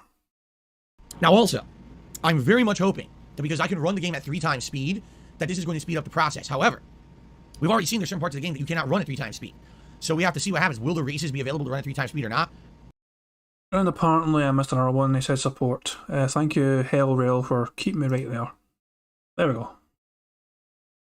Smashing stuff. I don't know. We won't find out till we try. Okay? Alright, so that's today's main stream. Final Fantasy VII Chocobo grind begins. I don't know if we'll finish it today, but we're definitely going to try to make big headway. Okay? The late stream tonight is going to be very exciting because on the late stream at 6:45 p.m. Pacific time, it is the premiere. Excuse me. Multiverses Season 1, which entails a lot of things. Since it is the new season launching, I'm actually making a new playlist for these videos on YouTube. All the previous Multiverses videos will be in what's called the beta playlist, and now I'm actually making a Season 1 playlist for all the gameplay I'm going to do during Season 1 of the game. So what does Season 1 entail? A lot. First of all, tons of gameplay tweaks. They rebalanced the game to take the characters that everyone was saying was overpowered, such as Bugs Bunny and Finn, and make them not as overpowered. They've also put buffs into certain characters, such as Batman, Garnet, and others, which they felt were underpowered. So, playing it tonight is going to feel fresh, because a lot of the things that were very abusable, hopefully will not be as abusable anymore, or as overpowered and good. We're going to find out. All right, we'll see tonight. Now, also, they've rotated around the characters that are available to play for free versus the ones you need to pay to unlock. So tonight, I believe they've relocked certain characters. So I think it was... So now it's Arya Stark from Game of Thrones, LeBron James from Space Jam 2, Batman, who I bought, but it sucked, but now he's unlocked for free, and, Steven Universe. But the thing is, almost no one plays Steven Universe. He is 100% a buffing character, and what that means is that he buffs your teammate in a 2v2 match. Outside of that, he's pretty useless. So if you're not doing teams, he's worthless. So most people haven't used it, but I might want to try him out. Usually when you pick new characters and you try them out, you earn rewards really fast. So tonight, I'm likely going to be using, like, Arya Stark, maybe LeBron. If I do teams, maybe I'll try Steven, and go there. So tonight, number one, I'm going to be using new characters in Multiverses. But there's supposed to be new content unlocked, but I don't know what it is. I haven't played it yet, but the game is live now with Season 1. For what I understand, they added a whole bunch of stuff. Now, no new characters are in there yet, I don't think. Okay? I think they said that Morty from Rick and Morty will be available, I think they said the 23rd, which will be a week from today, give or take. So next week, Morty will be in there, and obviously, yes, I'm excited to check out a new character. That'd be cool. But there's supposed to be ranked play, which they didn't have before. It was just casualized matches with no ranking system, and also an arcade mode that has online co-op. So I don't know if they've added those features yet or not. We'll find out tonight together what they've added and what they haven't added, okay? Now, interestingly enough, excuse me, last night, the head developer of Multiverses tweeted out a list of the changes. I responded to that tweet, and I said, hey, you have any plans to fix the very exploitable game bug where people can non-stop send you game invites, and it's... Oh yeah, I've seen that fucking tweet. The guy asked you for a fucking video example, you didn't bother your ass to give him one because you're too humiliated to show him what you're talking about. I know exactly what you're talking about. The guy asked you for a video to see exactly what you're talking about, and you fucking bottled doing that.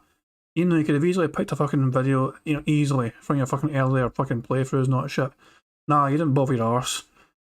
Tail tucked between your legs, you called him like, sir, thank you for responding, and all that shit, and that was it. fucking acting all Billy Big Balls on fucking Twitter and the guy responds to you, so you fucking go into sir mode. Fuck off, Phil. Spams your screen and there's no way to turn off the notifications because people are getting trolled like crazy trying to stream your game. To which he responded to me and said, oh yeah, that was pretty abusable. There's a lot of loopholes around that, but I'm pretty sure we closed them. Can you send me a video example of this? So tonight, if it happens, I'm going to take a video and I'm going to send the guy a video of it and say, here it is, please fix it. Okay? It sounds to me like he thinks it's fixed. When I played this last week, it certainly wasn't fixed. So I guess we'll see what happens tonight. I'm going to guess it's not. I'm going to guess he thought it was fixed and it's not. And no one really keeps hammering him about it. So he is not aware that it's a big problem for streamers. So, hey, if I'm the guy who gets it solved, so be it. All right? So we'll see what happens tonight. I love in his head is he can't possibly be wrong. Phil, it's impossible for Phil to be out of the loop in what's changed in the game in a week. It's like, you know, surely the game's still the same as it was last week since I've not touched it in so long. And surely the guy who made the fucking game doesn't know better than me, the guy who plays occasionally on my stream. This guy is fucking deluded, man. It's unbelievable, man. He's like, I'm going to be the guy that gets this important change implemented for streamers everywhere that won't get hurt. Fuck off. You could easily have showed him a fucking video straight away. Instead, you're going to fucking wait till tonight. Well, probably, I assume it is fixed. I assume it has been fixed by now, or there is a way to easily fix it. And Phil's fucking dumbass might be a bit disappointed that he won't be the fucking instigator of change or whatever shit, you know. I thought I was going to be able to create a movement and trying to get this sorted and get credited for it and all that shit and get special praise and attention from some important people on the internet. I can't, yeah.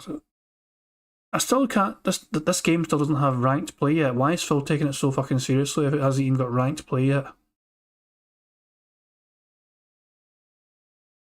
He probably hasn't looked at the patch notes from the latest update from Multiverses. It's a very good point, BST. Phil does not usually read these things. If anything, like, really nice that this guy is so open to suggestion, all right? And so open to, you know, I want to fix the problems with my game, right? So there you go. No, I didn't send him a clip because I don't know if the problem still exists. You don't want to bother a guy and send him a clip and then come to find out he fixed it, right?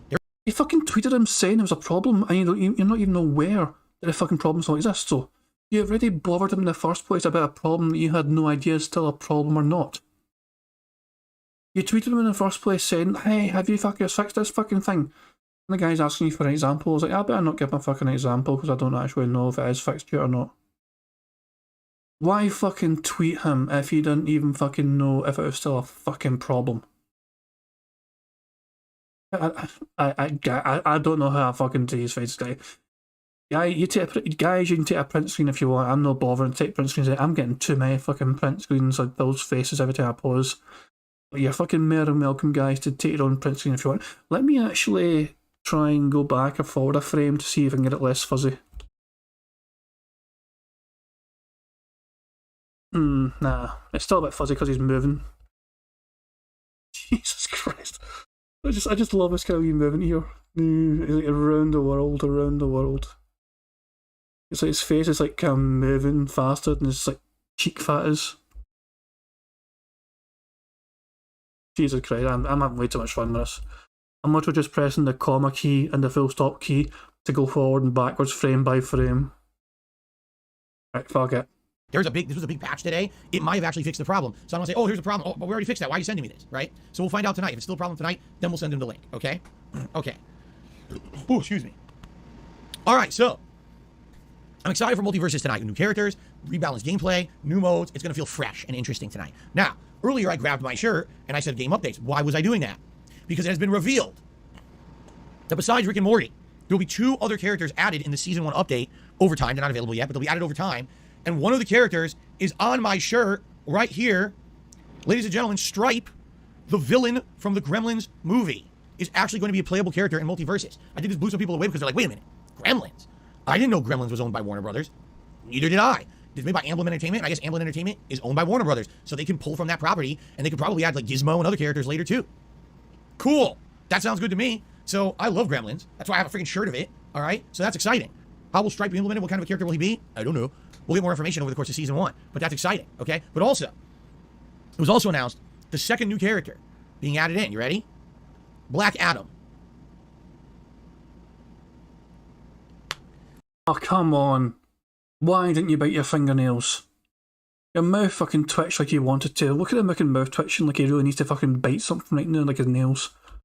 To stop saying something. Black Adam. Look at the mouth twitch. Look at the fucking twitch at the side of his fucking mouth. Being added in. You ready? Look at this. Black Adam. Quite frankly, I think Black Adam is being added in to capitalize on the popularity of the character because he's going to be in a movie starring The Rock. Black Adam was never like a super exciting, prominent character in the DC universe. I don't understand why all of a sudden there's a movie about him. Why you know what I mean? Like all this weird hype around a character that's kind of like a second bit character in DC. I don't know. Then again, same thing with Suicide Squad. They weren't also very prominent either, and all of a sudden they got 2 movies. So anyway, am I super excited for Black Adam? No. Am I excited for Stripe? Yeah. I want to kick some ass with the Gremlins. So, all right, some more information obviously coming about that in the future. I can't wait to learn about Stripe for sure. Okay. A lot of backlash in my chat about him belittling Black Adam in the DC universe. Him saying he's not that big. Palm Primus says Black Adam is huge in DC. Thomas Hazelton says that Twitch was him physically not trying to make a racist joke. I agree with that. Chisel says Black Adam's a dumb character, but let's break out the Celebration Gremlins shirt. Yeah, okay, exactly. And Rio Shinden says, literally one of the few people that can possibly beat up Superman is Black Adam. Well, there you go, this fucking... So yeah, Black Adam has literally been in both Injustice games, says Darius. Gryffindor says Black Adam is fucking huge. Yeah.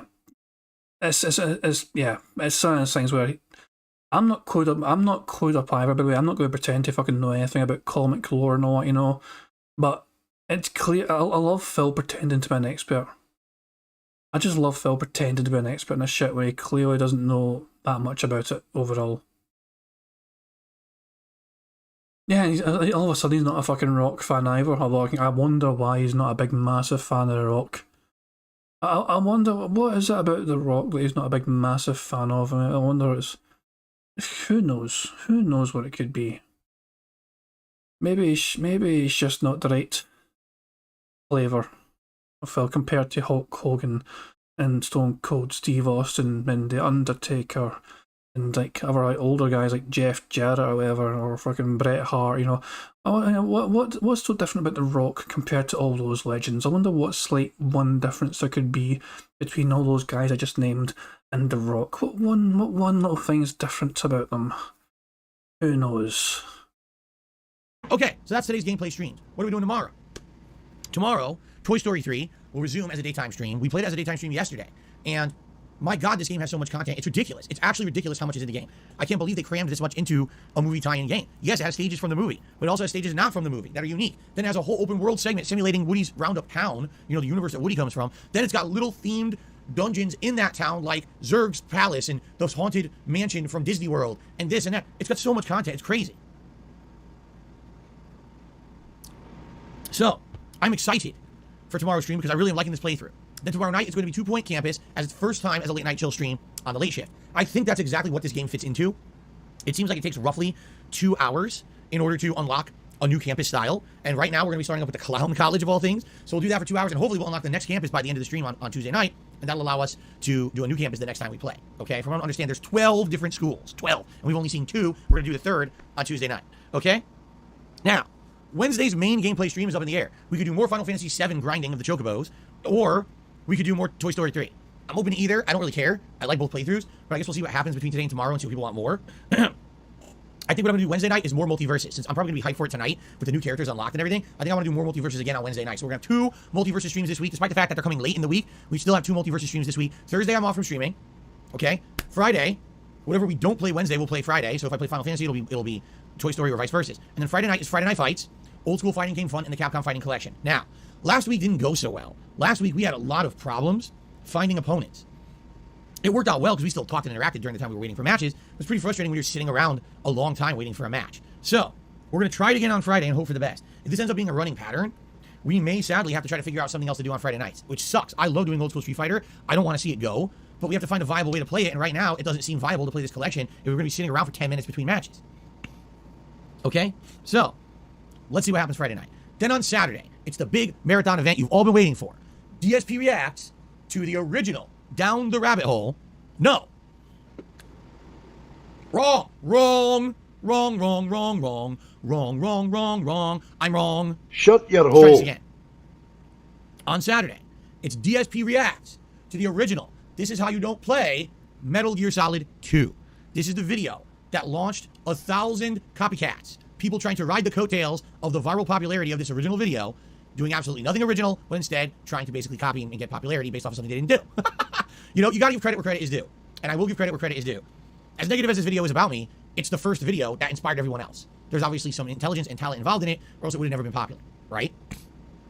So, we're gonna check this out. I'm excited for it. I hope you guys are excited. He's given credit where credit is due.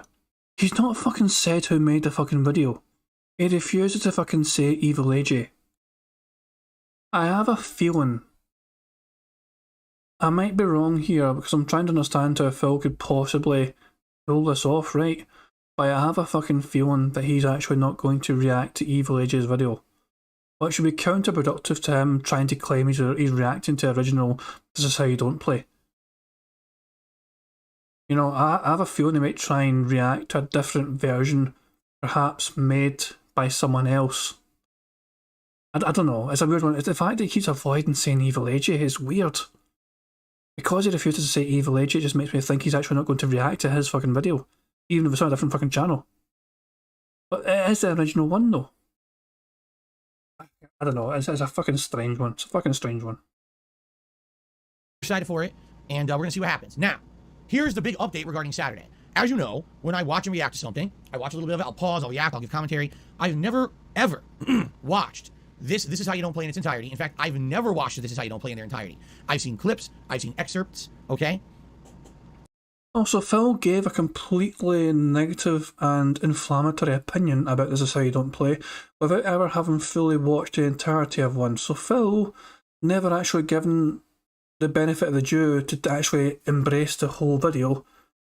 Set his stall out immediately as saying this is all people need to be locked up and put in white coats. Phil bitches all the time about fucking detractors who turn people into our detractors because they clip DSP and he claims it's all out of context and it's not the whole thing, and he wants people to give him a fucking fair shot and actually check him out without the detractor filter on and all that shit. And yet he's very happy to fucking jump to immediate opinions and conclusions when it's detractor content about him and not give it a benefit of doubt. I'm not surprised by Green Lobster. I'm not surprised. I just like pointing this little fucking flaw out in Phil's fucking logic. He fucking wants everyone to give him a fucking fair chance and a fair shot, but it's no like that for fucking him and any other fucking form of content. I'm a Colin Phil hypocrite. Tonight I feel like Colin Phil lots of fucking things, man. Don't get me fucking started, man. I know what's out there, and I know, you know, what exists and the like. However, I've never actually taken the time to watch any of it. This will be the first time ever in history I will take the time to watch this. All right? So you know the commentary is going to be genuine. I have no clue what's in this. I've never even rewatched my own playthrough. So I don't even know what my own playthrough is like or what the commentary was like on the playthrough. How can you just openly admit to never having watched your own fucking playthrough? You're trying to fucking convince other people to watch your shit and you're saying that you don't watch your own shit. If you're not bothered to watch your own fucking shit in its raw format, then why the fuck would anyone else want to? When it's not even fucking good enough for you, Phil. I mean, I don't mean to sound like a vain kind of person, but I kind of watch my stuff to make sure it's okay. Steve of the Dead, I should be better asking you. Your videos, some of them, they're long as fuck. Do you actually watch your own videos sometimes after you've made them, even the really long ones? I'm kind of curious because obviously it'll be harder for you to be able to actually watch your own stuff, especially the longer content, because it's just so much time as well. You do, okay, so that's what I'm saying, you actually do. I think it's kind of normal for content creators to actually watch their own stuff after they've made it. I do it with my stuff, and other people do it with their stuff, but Phil cannot be bothered to do it with his own content. Oh yeah, in chunks, yeah, or 2 times speed or something like that. It's just sometimes you just kind of, obviously, if obviously because you made the video, you know what to expect, so sometimes you might just watch it in like faster speeds or whatever. Yeah, or even in chunks, like you say, because you know where to fucking jump to. Yeah.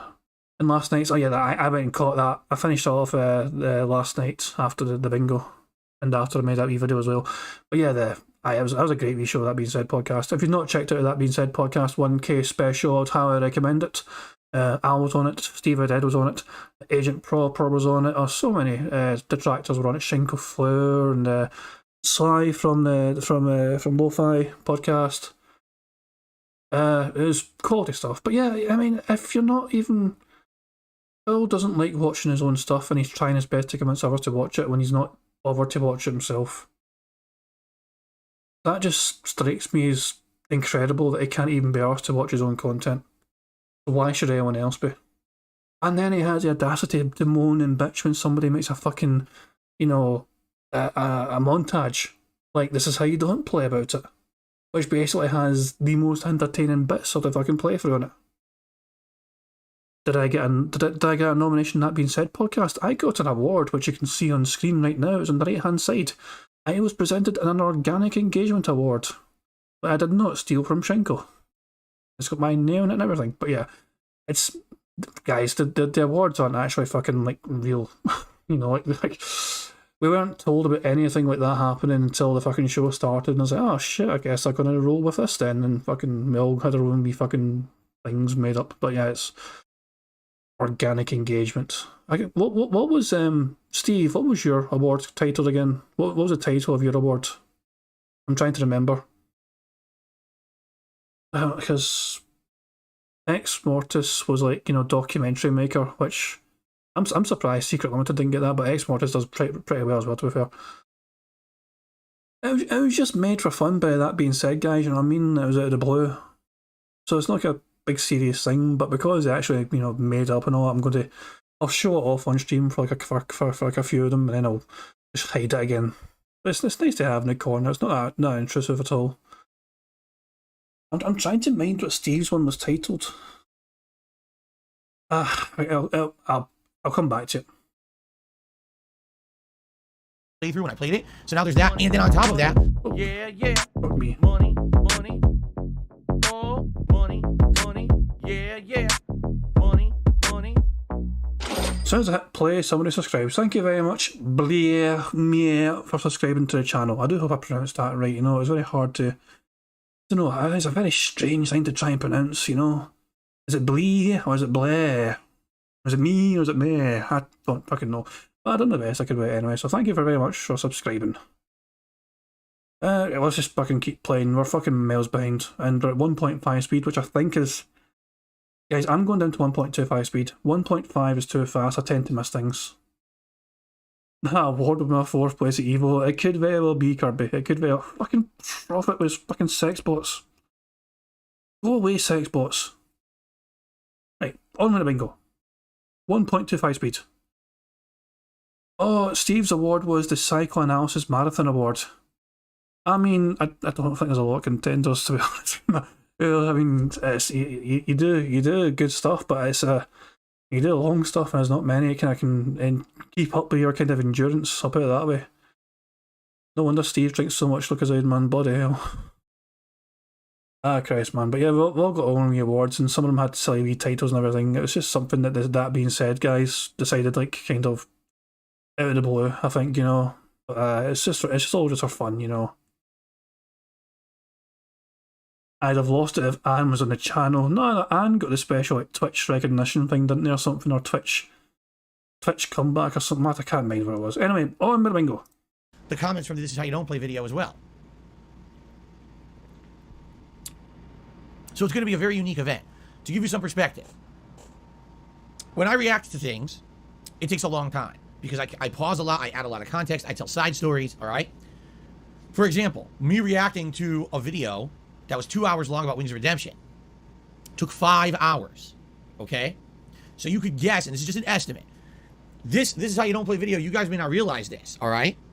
The original This Is How You Don't Play video for Metal Gear Solid 2 is around 57 minutes long.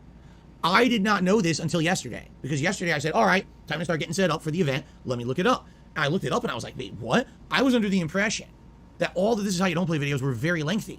And in fact, they are. A lot of the ones to come after this original were 2-3 hours in length. This is actually one of the shortest ones. It was the original one. After this, they started getting stretched out and extended, more jokes put in, more insults put in. All right. So, if this is an hour long, if we just use the formula, 2 hours becomes 5. like we did with the Wings of Redemption React, okay? And this is just me guessing, because it could be longer or shorter. 1 hour, this is how you don't play Metal Gear Solid 2 video, will likely become between 2 to 3 hours of React content, okay? Okay, good. But I'm doing this, excuse me. Excuse me, ooh. But I'm doing this as a marathon. And you might say, oh, a marathon. Okay, that's Saturday, right? Well, Phil's marathons start at 10:45 in the morning. You got a podcast. But then when the podcast's done, typically I do about 3 hours of streaming, take a break to eat, and then come back for another several hours of streaming, right? Like, take a look at that's exactly what happened with the marathon on last Saturday for the closet clean out. We did 3 hours, then 8, did a DSP tries it, and came back for another 2 to 3 hours. So, if this is a marathon on Saturday, and I'm reacting to this video, and it's only going to take me around 2 to 3 hours, right? Then what else am I going to do on Saturday? Well, that's the announcement. Because, ladies and gentlemen, this is good news, actually, for me. Because not only will Saturday be DSP Reacts to This Is How You Don't Play Metal Gear Solid 2, but it will also be... It didn't have the impact I wanted because it's too small. Hold on. The What's in DSP's Closet hopeful conclusion. Because we have the top shelf of the closet, 3 storage bins, and some things over here. It will probably take a few hours to get through, but I don't think that's enough content for an entire day. So we can actually do a dual use stream. First half, This Is How You Don't Play React. Second half, finish the closet clean out. All at once, in one day. That was a voice crack. Will heard it. Will heard it as a voice crack. But yeah, this is a fucking... I was expecting more things to happen in Bingo. He hasn't said fuck. He hasn't said wow. He hasn't said literally or addition. And he loves saying addition as well, or goal. Bizarre. He usually has more ticked off here. Now, just to remind you, this coming Saturday, I am not doing a Feasting with the King or a DSP Tries It. I've done so many marathons in the last month, I've probably overspent a ton of money on food. I can't keep doing that, especially this week. I have a big bill due in the weekend. I don't have the money for it, all right? So it will be a dual marathon special this coming Saturday, but there's not going to be any food involved. What I'll likely do is take about a 25-minute break. I already talked to my wife about some things we can get where I can just make a quick sandwich or something here, eat it during the... He mentioned his wife. That's family talk. I'm ticking that. There we go. Break and then come back and split the video. Because what I'll do is the first half will be me reacting to This Is How You Don't Play, take a break for food, and then come back and do the closet clean out for the second half. Okay? All right. All right, so that is Saturday. It's going to be a crazy packed, jam-packed, exciting day full of content, and I hope you will be here if you can. So that's Saturday, August 20th, this coming Saturday, okay? And then hopefully after that, we'll have finished all these lingering projects and things. The next thing I have scheduled that will be special will be the Teenage Mutant Ninja Turtles Cowabunga Collection Pizza Party, which I'm likely going to be doing that first weekend of September. It's the weekend directly after the release of the game, the Teenage Mutant Ninja Turtles Cowabunga Collection, that is. So there you go. All right. There you go, my friends. That's an exciting announcement, no? Are you excited now for Saturday? I am. Hey, we got a bingo. He fucking referred to his chat as friends. Oh, I fucking clicked the wrong fucking thing. I gotta keep doing it. But he said friends, and that's something that Phil doesn't actually have, but it's still a fucking bingo. Fucking Yaldi. So that's 1 down, fucking like 7 or 8 more to go for fucking full house. Who knows, though? It could all fucking come rolling in right now. I'm pumped. I can't wait to see what's going to happen on Saturday. It's a dual marathon event. Now, one thing that I will say, if you've noticed, members are way, way, way, way down. And there's 2 reasons for this. The first reason is because recently I've been asking for support with tips as much as possible, which is very true for today. Allow me to talk about today is very true for every fucking day.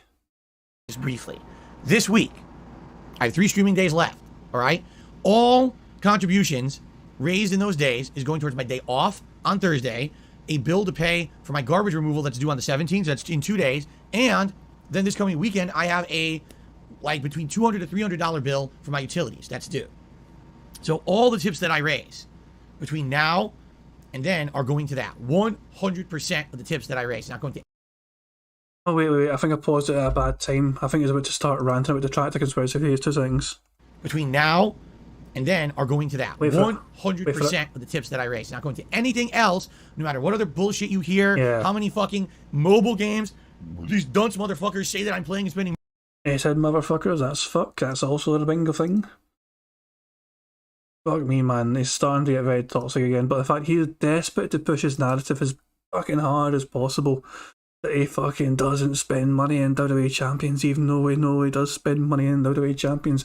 Let's take a wee detour, guys, shall we? Let's go to fucking Kiwi Farms and let's go to fucking the topic for WWE Champions specifically. Anything new to update and up report? Oh yeah, there's this old lore that dropped, you know, according to bank leak data. Yeah, this is fucking posted from fucking Uncle Tusky. Yeah, the largest amount he spent in the game in a single day, according to the bank leaks, $3,583.95 on April the 6th, 2020, his 38th birthday. That is the most that Phil has apparently spent in a single day playing WWE Champions. You guys don't know this? Oh fuck, I'll show you and bank these in. It's a good job I had it opened. Let's scroll down to April the 20th and see for ourselves, shall we? Oh, did it all come afterwards? Where are we? How are we? Did I actually fucking... Wait, wait, what? April 6th, 2020. I'm looking at the wrong fucking thing then. April 6th. Oh yeah, big time. Here we go. So that says, no, so the 6th. Let's add it all up here. These are all iTunes, Apple iTunes microtransactions. And that's 2,000. Oh, maybe he counted this by mistake. These ones as well. It's quite possible he counted these ones as well. Yeah, he did. That was on the 2nd and the 3rd. A single day. It wasn't that bad, guys, in a single day. A single day, it was actually $2,479.45 in a single day. In sports. It wasn't $3,000. It wasn't that. Don't be absurd. It was only about $2,500 instead on a single fucking day in iTunes microtransactions. That's far better. I mean, I thought he was fucking blowing stupid money for a second. I was worried. I was so worried that he was fucking blowing like $300,000. No, it's fucking peanuts, you know? It's fucking like pocket change. It's just fucking kind of change you'd find down the back of your sofa. Jesus Christ, man.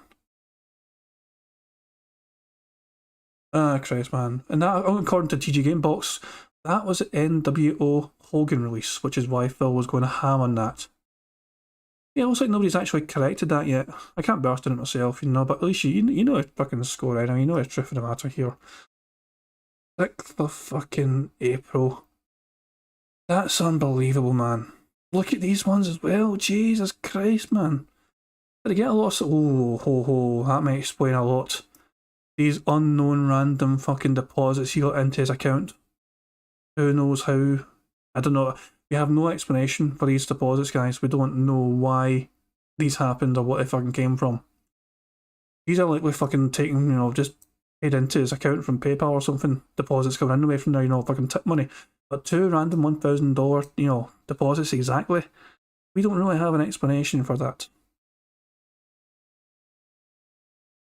Fuck me, man. It's just incredible. Anyway, fucking, that's enough fucking derailing. I just wanted to point out that Phil was pretty bad for spending money in WWE Champions and has been for years and still is. So fucking none of the nonsense. Every single penny is going to my fucking bills. Recently, there was a fucking event in WWE Champions and Phil spent $441 on that. Profit, you paid the same for your 3080 Ti. Well, you paid $2,500. Or $1,000 or something. I don't know. Oh yeah, guys, Profit got a new capture card today, in case you didn't know. I don't know how you would know, because I don't know how many people he told. He told me anyway, and I fucking feel like telling you, because why the fuck not? Profit got a capture card today, and he's planning a new video, because I sent him a video, which I knew would trigger him. I sent him a fucking video of Phil talking about, like, fuck it, I'll get a clip actually. 2 seconds, guys, 2 seconds. Let me fucking get a link. I sent him. 2 seconds. Here we go. An anonymous $4.20 tipper. Watch this, guys. 2 seconds. Hugo Boss fight massive FPS firefights, but driving a boat is too much. Yeah, because it's all about the amount of detail on the screen. Okay? So, for example. This is good, man. This is good. Let's say I'm playing a game, and it's first person, and it's just a bunch of... You're in a room with a bunch of soldiers, and you're shooting them all, and there's explosions and things. This is from last night, guys. That's one room rendered, a bunch of guys inside of it. Yes, there's explosions and detail, but it's that one room. I'm playing a game, it's open, so it has to render not only all the detail of this water and all the reflectiveness of this water, but then it has to render the trees, has to render all that and capture it. All that is additional data that needs to be captured. It's not just one room with a bunch of dudes firing. It's all this detail at once on the screen. That's what kills bandwidth.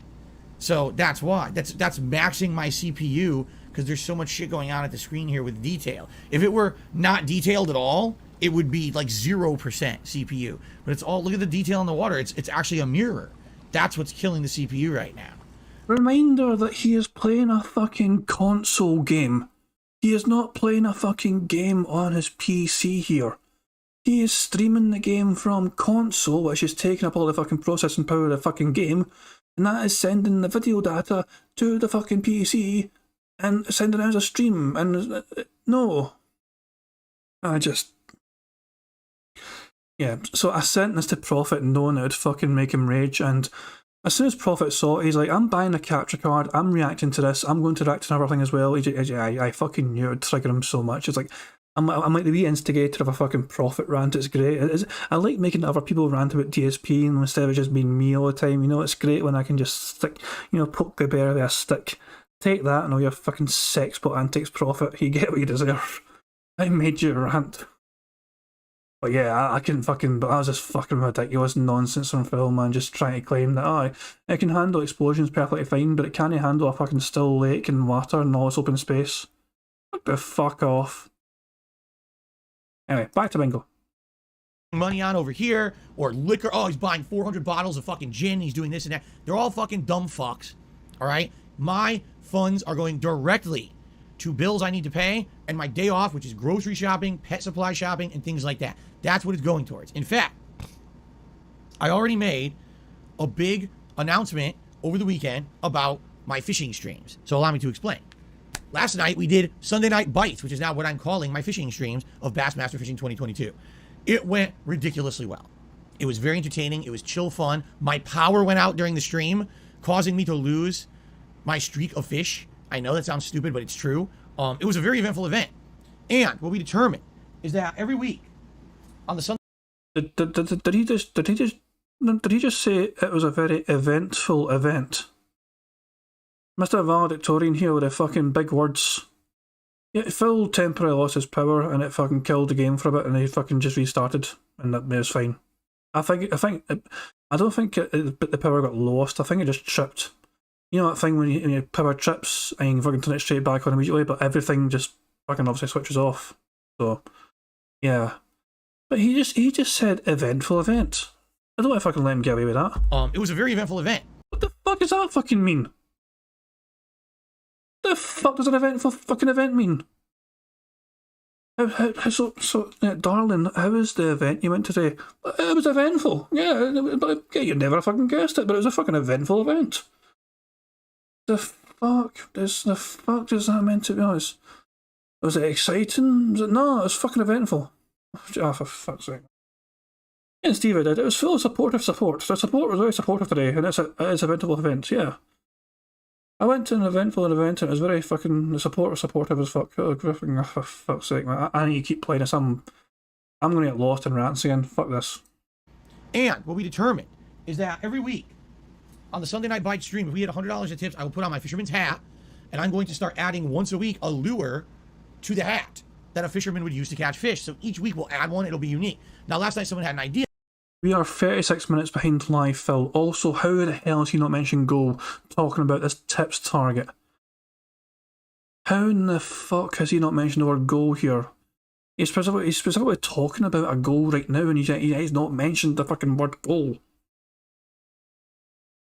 Yeah, they said, if you're going to go get some lures this week, why don't you get one of those variety packs? Because you can usually get a multi-pack of lures from like a sporting goods store or a store that has like an outdoor department or whatever. And that way, if you have a variety pack, what you can do is once a week, maybe the person who ends up being the top contributor can pick the lure they want added to the hat. And all this is like, oh, wow, this is great. This all sounds good. But it entails spending money. And I don't know how expensive lures are today. Who knows? I haven't bought a fishing lure, ever. My dad used to buy them for when we went fishing or whatever. So, yeah, I'm not sure. We'll have to see. I have to see what's available. On my day out this week is one of the things that's on my list of stuff to do.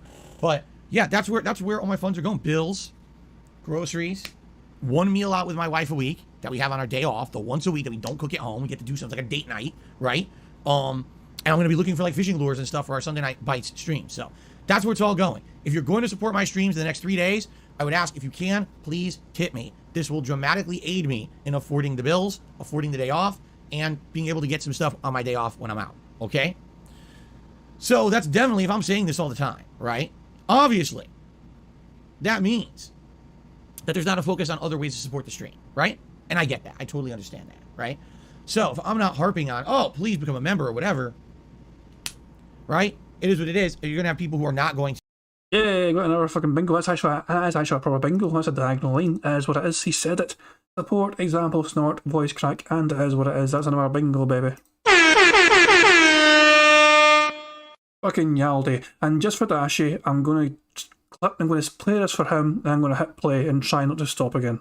Yes, get on with it! Because apparently I talk too much. To be doing that. So what's ended up happening is in the last 2 weeks, when I've been saying, hey, I really need help with tips, right? Essentially, everything else is kind of going by the wayside. Now, I'm not saying everything. We've got a good amount of super chats on the streams. Thank you for that. There are people who are becoming... Thumbs up. That was a thumbs up.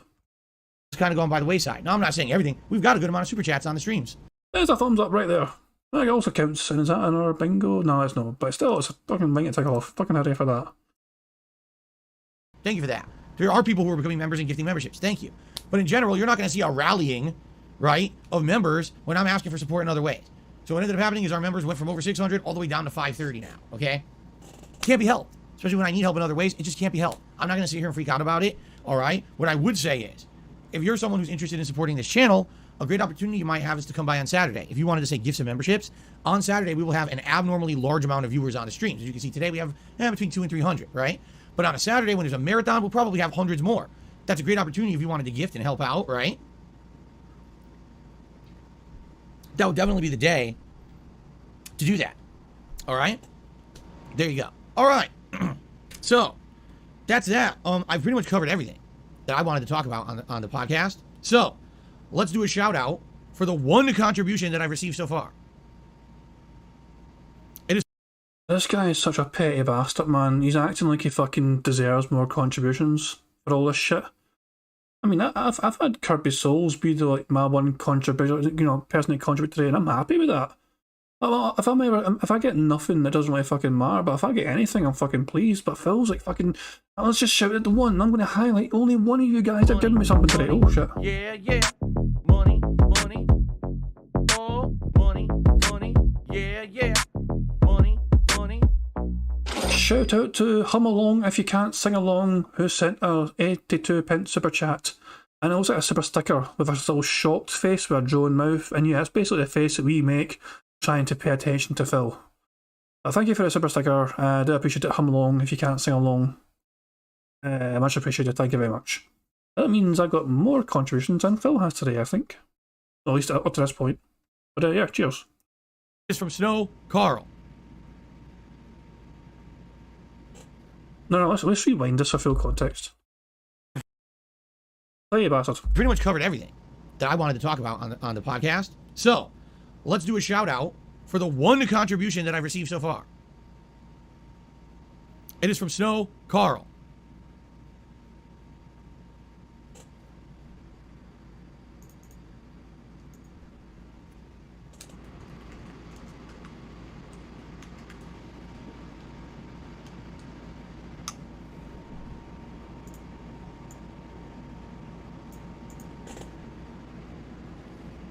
Snow Carl. Okay? What does he say? I don't know. Should I read it? What do you guys think? Should I read Snow Carl's tip message or should we just skip it? Gloss over it? Let's see what people have to say. Hey, finger and mouth. Hey, we've got another one. It's not another bingo, but it's another one to tick off. That was the one we weren't confident about in as well. We weren't confident about that happening at all, but there you fucking go. This has got a chance, guys. This has certainly got a chance. Oh, yeah, he's chewing the fuck out of that finger. Yeah, don't skip it, read it. Yes, read it. Read it. Yes. Let's see what he said. Yes, read it. Read it. Gloss over it. Use your judgment. We deserve to hear it. Skip it. He's nothing but trouble. Read it. Okay.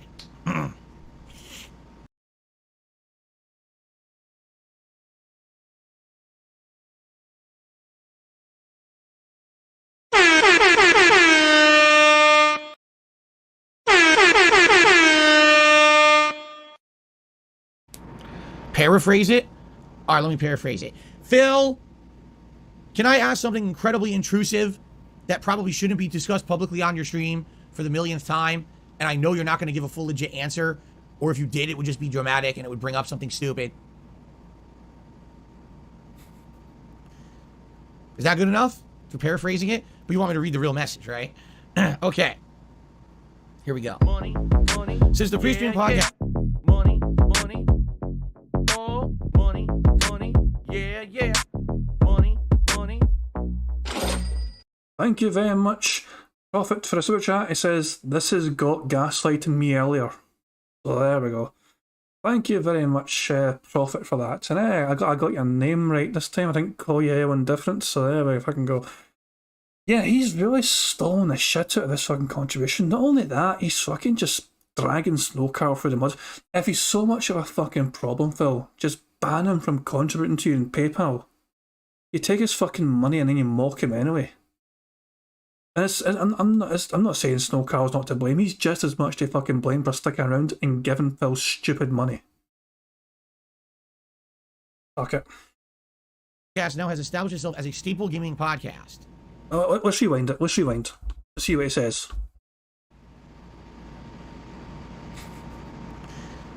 Is that good enough for paraphrasing it? But you want me to read the real message, right? Okay. Here we go. Since the pre-stream podcast now has established itself as a staple gaming podcast. Even I put on a skeptical face for that one. And it gets a pretty solid view count daily. I mean, that's completely subjective as well. I mean, we get between, like I said, usually between 500 to 1,000 views on the show within a day or two.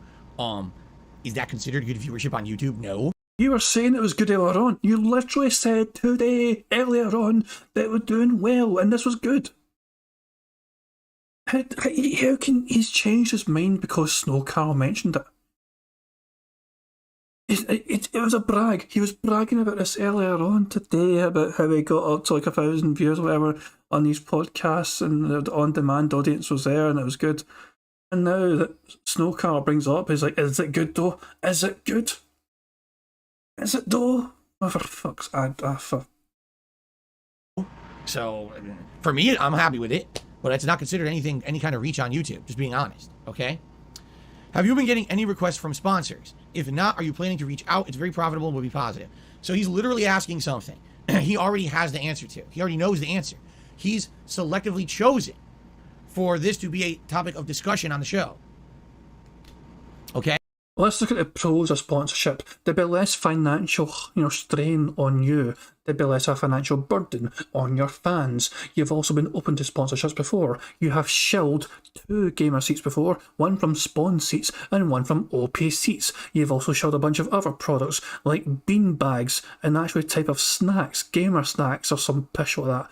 You have attempted to shill all sorts of things before in the past, and the fact is you don't do it now because you know you're quite a fucking toxic fucking brand. But the fact of the matter is that if you could get a sponsorship, you would take it in a fucking heartbeat. The Holy Controller, that was also a fucking sponsored fucking thing as well. This is a very good point. Phil should not be so fucking dismissive of sponsorships, but the fact of the matter is he has no reason, he has no alternative than to pretend to be above them because he is not actually able to promote anything. How can he? Anything he fucking touches turns to fucking toxicity. There's just nothing that can be fucking done about it, Everything he touches just turns toxic. Man. Prophet saying, just got a call from Memory Express on the capture card. Is 55% off and they are giving me another 5% on top of it. That's pretty fucking good, pal. That's solid. That's quite a large chunk off. 60% off. That's quite a fucking bargain. can I expect a video tonight, or is it later on in the week? Do you plan to make this video, Prophet? Because he's going to make a video about the week club I showed you earlier on. He's talking about his CPU and all that shit in the reflections, but I believe he was also going to talk about Phil's phone and all that shit as well. So is this content we can expect tonight, later on, or will it be coming later on in the week, Prophet?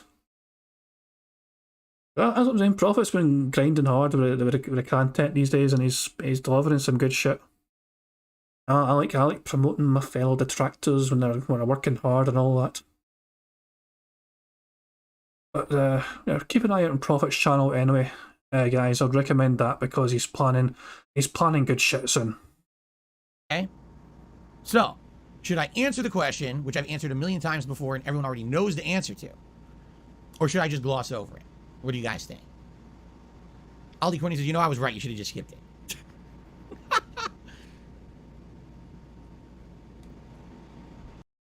Prophet, what have I told you? Stop the sex bots. Every fucking time I fucking fail.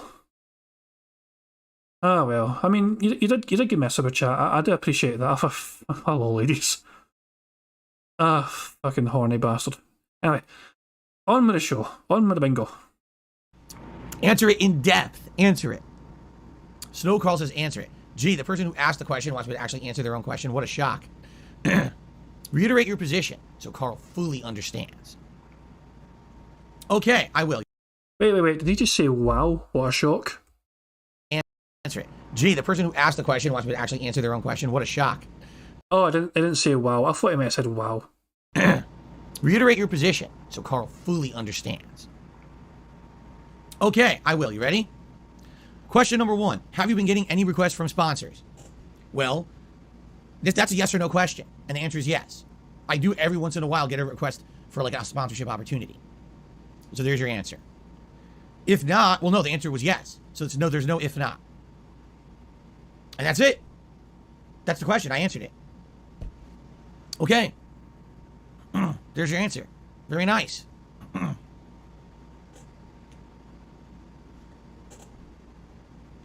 Anything else? That's it, right? Okay, cool. So if anyone else has any questions to ask me, please tag me in the stream chat, and I will do my best to do some Q&A with you guys, since we basically finished all the things I wanted to talk about early.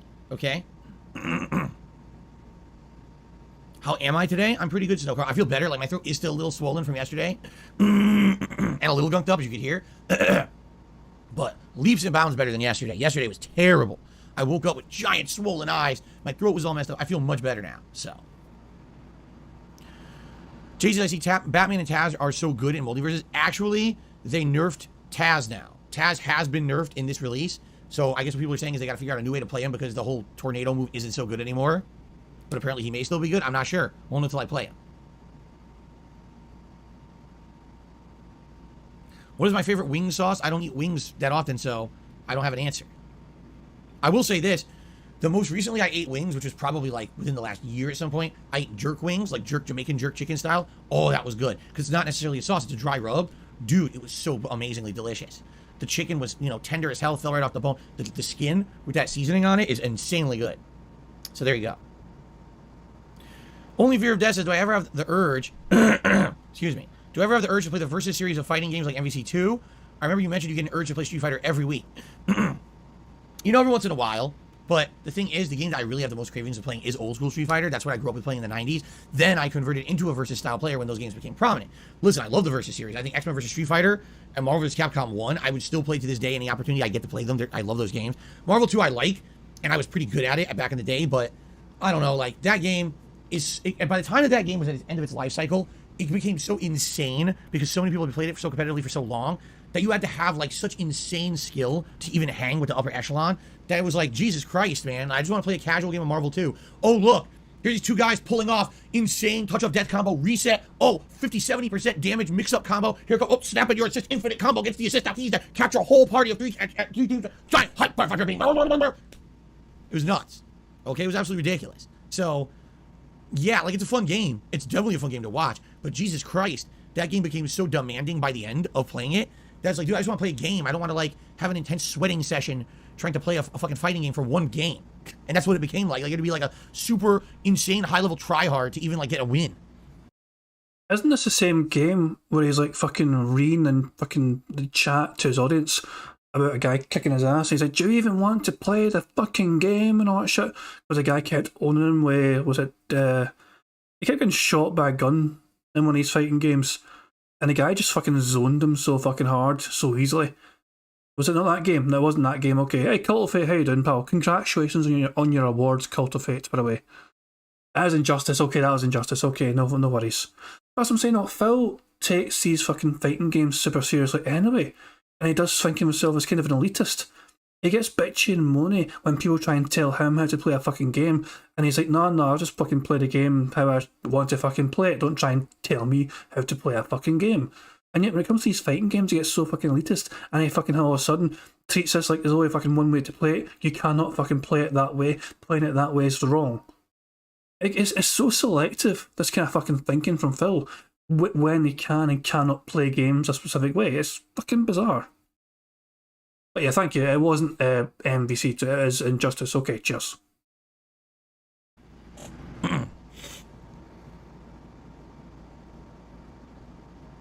Connoisseur says breed A or S-Class River Mountain Chocobo with an S-Class Wonderful Regular Chocobo. Use the Zeo Nut.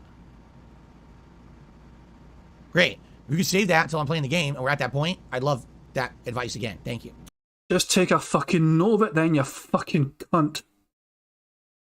Chuck Surprise says thoughts on poutine. Would you consider eating it or feasting with the king? I would only eat poutine if it was authentic, all right? And, you know, I was basically in a situation where I was trying new cuisines or whatever.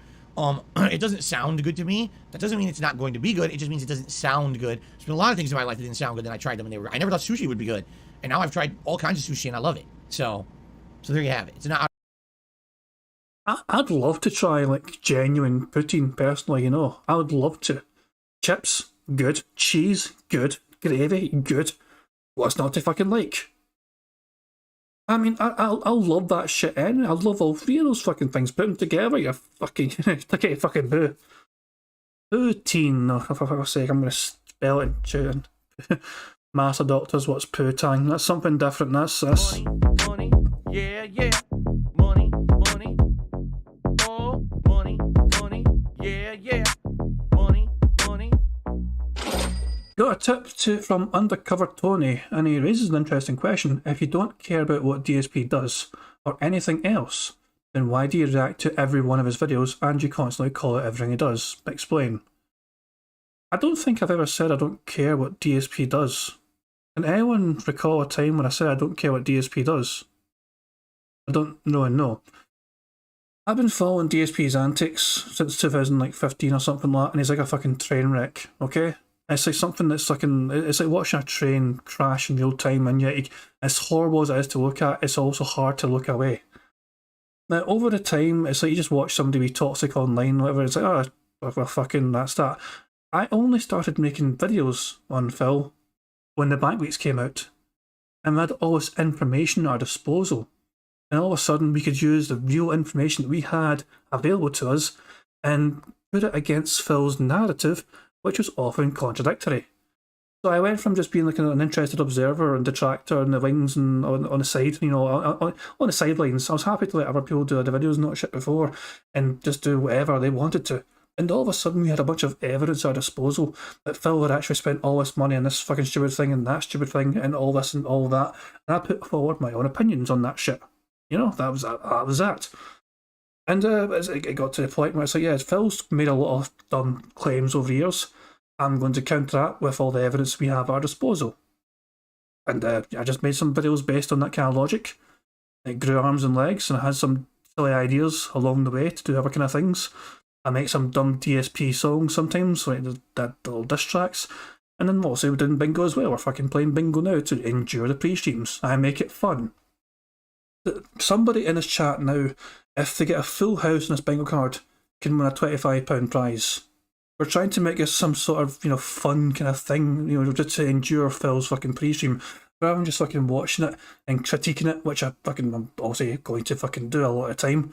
We're actually trying to make it a game as well and have some fun with it, you know. It's one of those things. When I get bored of doing this, I'm going to stop doing it. essentially. But Phil's kind of one of these things.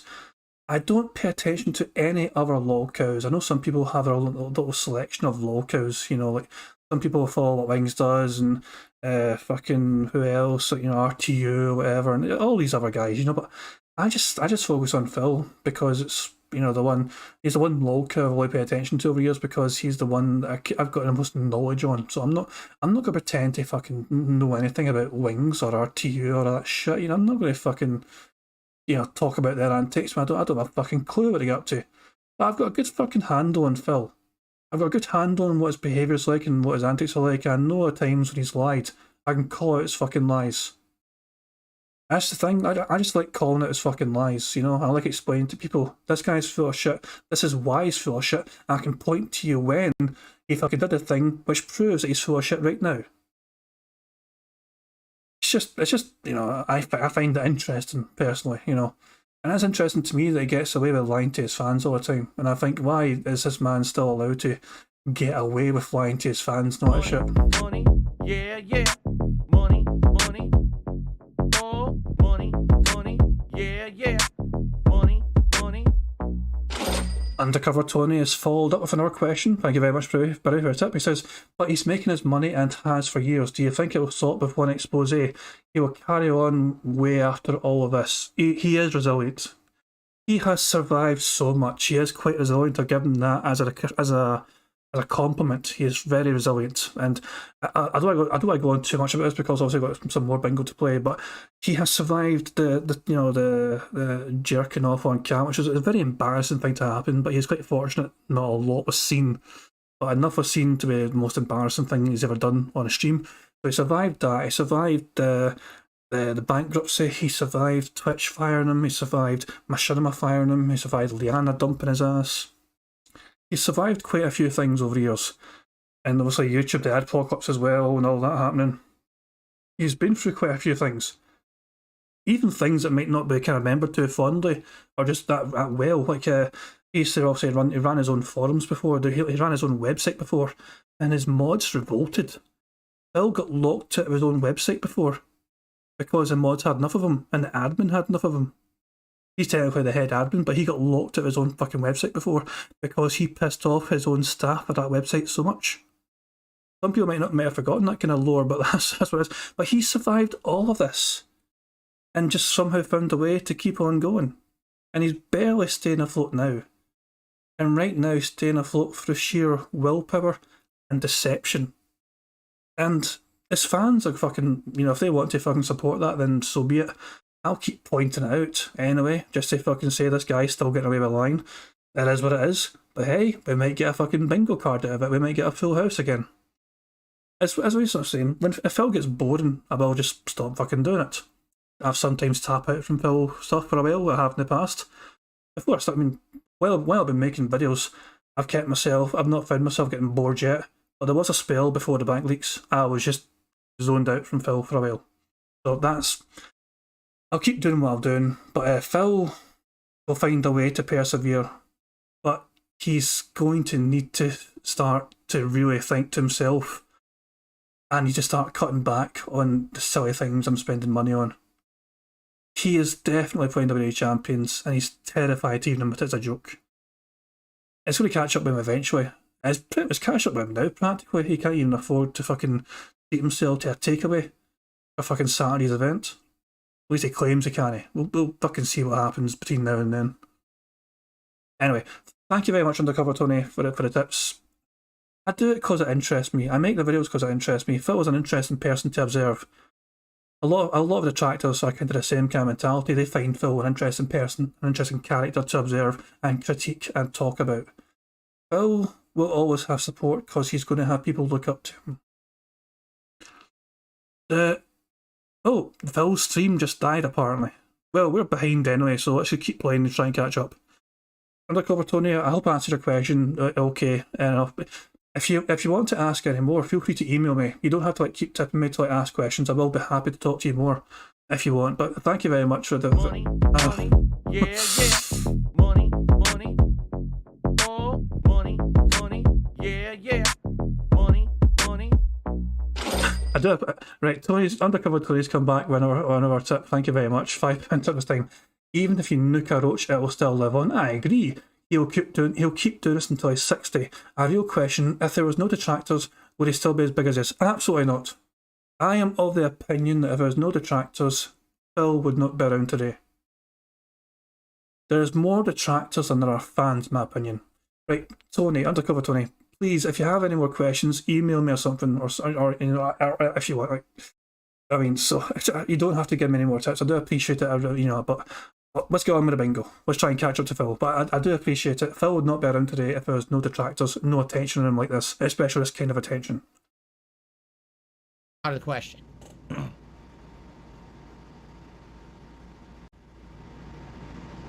Ali Corny, that's the dumbest question I've ever heard. I'm not answering it. Snow Carl, I'm not answering your question either. Oh, cool. Ellipsian says that he sent me a Chocobo guide. Nice. Thank you, Ellipsian.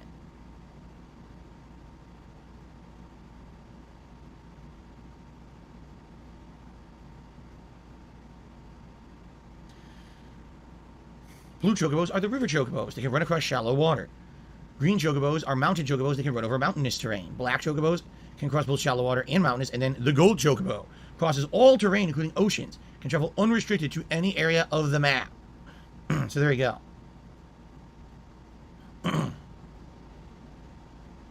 there's all the different greens. Oh my god, there's a lot of different greens.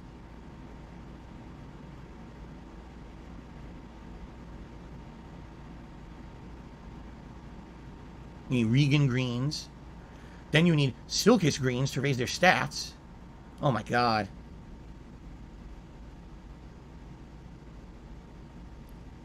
You have to capture them. You need to give them nuts. Oh my god. You have to steal these nuts from particular enemies.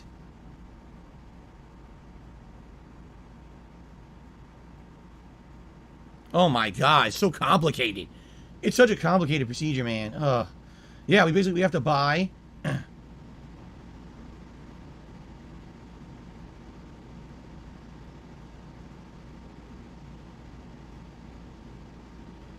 Oh.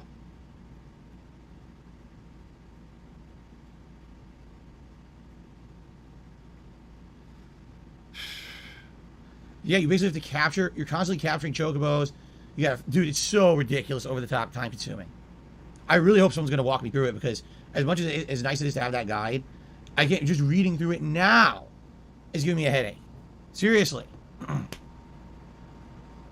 All right, let's continue with Q&A here. What was worse, the buttery jack or the chiking? Well, the buttery jack was disgusting, and it tasted gross, but I was able to eat it. I could not eat the chiking. I think that's your answer right there. One I could eat and one I could not, right? Well, I'll be 100%ing Batman. B-Boy Cyclone, the Batman playthrough is done. What are you talking about? We beat it last week. You're behind the times. Okay. Sweetie Pie says, after you watch your playthrough of Metal Gear on Saturday, would you consider playing it again? Oh, I've already played it once, and I played it again already. I already played it twice. You guys want a third fucking playthrough of this game? What exactly about Metal Gear Solid 2 warrants a third playthrough?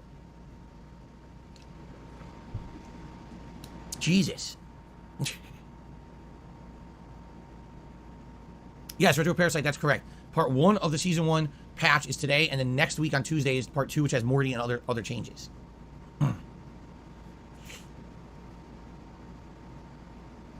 No, all I'm doing is jogging right now. That's what I'm doing, is I'm jogging. I'm not doing any other exercises. I'm not going to lie about it. I'm not doing weight training, nothing. I'm just jogging right now. And sadly, I had to say it, I'm running, I'm finding my time constraints worse. Like, I was hoping they'd be better. It's actually worse now.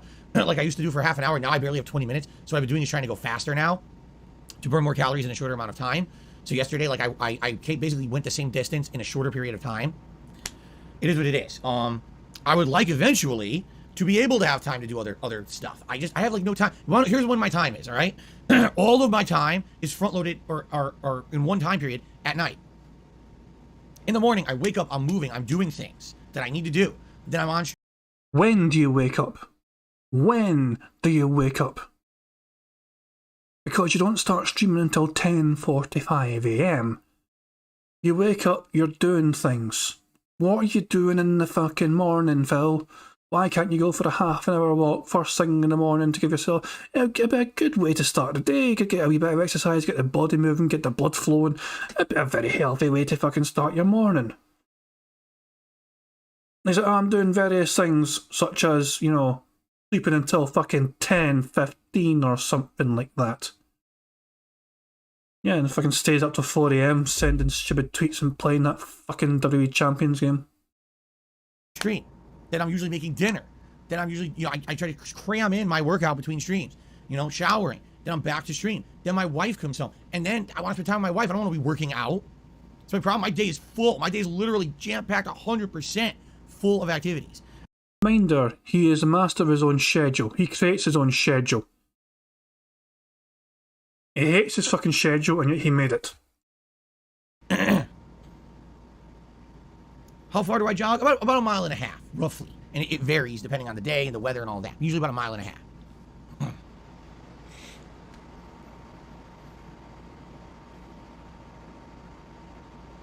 Do I like flying in airplanes? I don't dislike it. I've enjoyed traveling in my years when I used to travel a lot more. Let me put it this way. It's not the travel that's the hassle. It's usually the waiting and the delays. I just want to get on the plane, go from point A to point B, and get there. And instead, it's like, oh, it's a delay. The plane's not here. The plane changed gates. Oh, it's taking us longer to deplane these people and clean the plane than we anticipated. Oh, something happened. Now the plane can't take off. Oh, now you're stuck on the runway for 3 hours. Like, Jesus, fuck. If you could just get on the goddamn plane and fly, it'd be so much better, okay?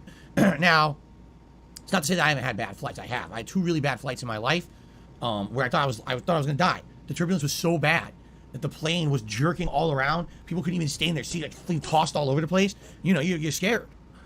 But I made it. Okay. Have I went to the mountains? No. I actually live at a very high elevation. I live at the top of a very large hill. It's not necessarily a mountain, but it's a very large hill. So I can have a good view of everything around me. If I drive in any direction, I basically go down.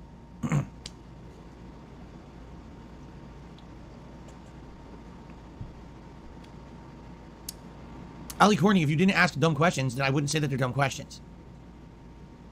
Just so you know. Because you're complaining. Oh, boo-hoo. Have I ever gone sledding? When I was a kid, I did sled.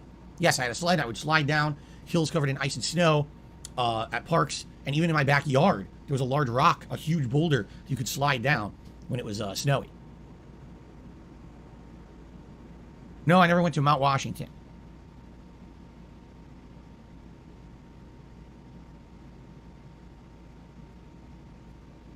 Team Coco, I wish that could be the case. It's not. As I've already explained, I don't want to talk about money. I'm sorry. I seriously don't want to talk about money.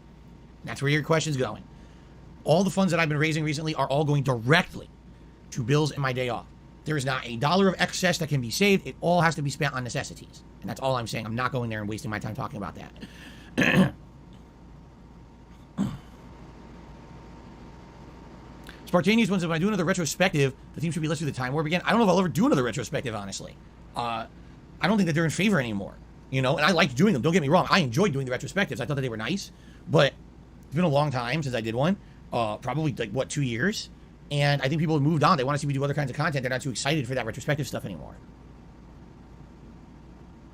I've never been skiing or snowboarding. No, that I have not done.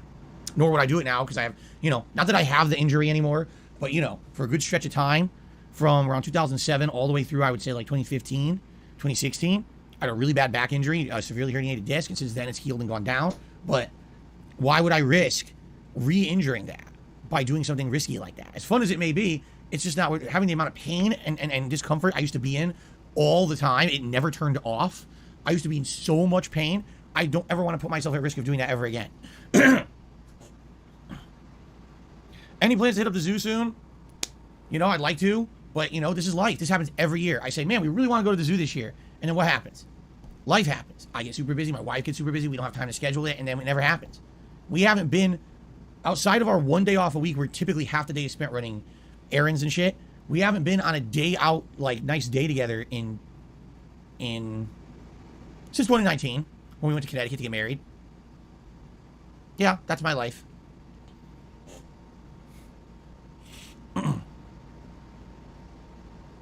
I mean, yeah, Alexander, he says, so reacted to this is how you don't play. Would you be interested in fanmate? This is how you don't play compilations that poke fun at you but don't have disgusting racist comments. Am I interested in them?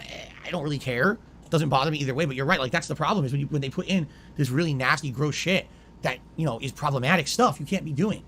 That's when it gets extreme. You know, this is how you don't play started off as a genuine way to make fun of my gameplay and say, Phil sucks at the games. He doesn't take them seriously enough, right? So therefore, he shouldn't have the popularity that he has. I don't understand why he does. That's a valid criticism. But then when it became, oh, say the most disgusting, racist, sexist, insulting thing about Phil, his viewers, his content, his family, his business, just be so over the top, ridiculously offensive. And it became a contest. Who can be the most ridiculously offensive? That's when this shit jumped the shark. Seriously, that's what it's like. This is not funny content anymore. This is moronic content for idiots who don't see that there's a line that you don't cross. And you're right, you'll never see me reacting to the nasty, toxic shit. There's no point in giving it any attention, okay? When's the next Feasting with the King? Ryan asked. It won't necessarily be a Feasting with the King. It's going to be a pizza party. I'm going to do a Ninja Turtles pizza party where I'm playing the Teenage Mutant Ninja Turtles Kawabunga Collection. I'm going to order pizza. That's the next time we'll do something like that. Am I able to do a backflip? Once again, I have a back injury. Trying to do backflips is probably a bad idea. Okay.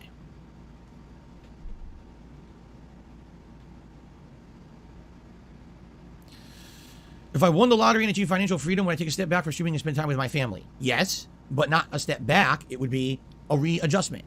I've told you guys this, and I'll reiterate it again. I love what I do for a living. This podcast is incredibly fun to do every day. The gaming, to interact with you guys, is incredibly fun to do every day. All right? My problem is I'm very much required to be in here 6 days a week full time to make a living. And even then, things are tight. As I told you, I live paycheck to paycheck most of the time. Reminder, this man loves his life, he claims. He claims it's the best he's ever had it in life. You know, he loves his life so much. And yet he's a prisoner to his own content. He's a prisoner to his own schedule. His fucking lifestyle spending habits has got so fucking extreme that he cannot have an extra fucking day off just to relax with his wife. He cannot fucking just go on a nice honeymoon with her. He can't take time off. Everything relies on fucking, streaming for him, essentially. He can't even fucking record things, offline and have a bunch of videos saved up to have him scheduled uploads while he's away from home. It doesn't work for him because he gets fucking piss all in views and he doesn't really get that much support in the views because they're not fucking worth watching. That's just, he is an absolute prisoner to live streaming. Such is the extreme fucking spending of his lifestyle. All because of his fucking addiction and all that shit as well. He's only got himself to fucking blame. This is what I'm saying. I'm never going to be upset when Phil gets days like yesterday. Yesterday, keep in mind, let me just scroll on to the left here and go full screen very quickly. Yesterday, Phil got... How much did he fucking get in fucking... What do you fucking... Is this belted by any chance? What the... Hang on. I'm going to refresh this fucking page. 2 seconds. It looked a bit weird. Things looked a very strange fucking order. Scroll the fuck down. How the fucking go? Here we go. Phil yesterday got $346 fucking dollars in tips alone. Now, what happened to that money? Gone. Fucking gone. Every fucking day it resets. Any good day for Phil, the next day he's going to be as desperate as usual for money. Phil just shouted you out. I'm sure not me specifically. Not me specifically, I'm sure. Oops, wrong thing. I'll go back to the bingo. So, if I had financial freedom, I would do it solely for the enjoyment. Solely for the enjoyment. And I probably wouldn't be in here 6 days a week. I'd probably be in here, half of that. But what we would do would be very meaningful, fun stuff, right? I maybe would do things that right now I know aren't moneymakers, but I wouldn't have that as something looming over my head anymore, right? But I would still stream. Absolutely, positively, I would still stream. I would. But yeah, the first thing I would do is pay off all my debt. So I have no outstanding back payment, things to anybody. Everything's paid in full. I would make sure, all the debt, my wife's debt, my family's debt, my parents, everything, no debt. I want everyone to be debt free. So boom, first thing I would do is pay everything off. All right. Then I would go on a honeymoon with my wife for sure. We deserve it. Sucks. It's been 3 fucking years. We haven't really done anything together. We just can't. All right. So it'd be great to be able to do something like that. And then once that's done, then start worrying a little bit about, okay, how's everything else gonna work, right? But I would still stream. I would not quit. This is fun to me. You understand? Like, this is actually fun stuff. But I wouldn't want to do it to the point where now I can't spend enough time with my wife and stuff. You know, I would balance it.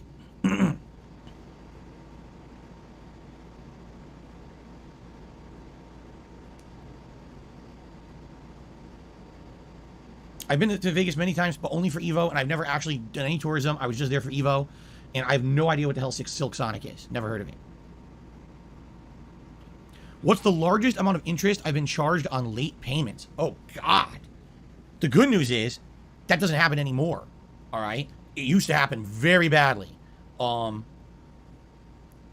don't think I give a dollar amount, but what I can say is, like, for example, when you're late on something and you default to what they consider the late fee rate or the higher, well, okay, let's say you have a credit card, all right? It all depends on the terms you have on a credit card, all right? But a lot of credit cards are good until you're late. And the moment you're late on a payment, it's like the devil ripped open the earth, came up and grabbed your testicles with his hands. That's what it feels like. It's like, Jesus Christ, this was just a credit card, and now it's like you're torturing me because I was late on a payment. So here's what happens. They hit you with fees because you're late. They immediately increase your interest rate, and sometimes it's exponential. Like, you could go from like a 10% interest rate on a credit card to like a 28% interest rate overnight because you were late on a payment. What the fuck? You're more than doubling my interest? Yes. And legally it's allowed on these credit cards. And then it becomes so bad that if you have a giant balance on there already, now you end up paying way more towards the interest than you are towards the balance. So this is just a hypothetical. You could end up paying, oh, I want to pay my credit card. I'm going to pay $200 this month. Okay, $180 goes towards interest you owe us, and $20 goes towards the payment. So you paid $100 or $200, but you only paid down your balance by $20. Yeah, that's how bad it can get with credit cards and shit like that. So you got to be careful about being late on that kind of stuff. It gets really, really bad. Alex, I did not watch a single moment of Evo finals at all. I didn't watch any actual gameplay from Evo. I listened to the announcements. I covered some of the news stories. I didn't watch any gameplay from it. I didn't care about any of those games. Not at all. Zero interest. No, I've never been to a water park. No, not once. I've been to theme parks, amusement parks, never been to a water park. Yes, I love The Goonies. The Goonies is a great 1980s movie.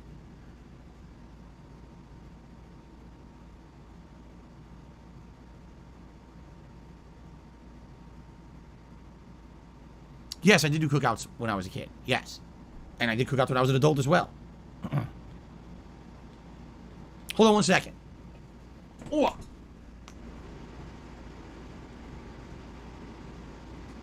Yes, get on with it! Would you consider just starting off?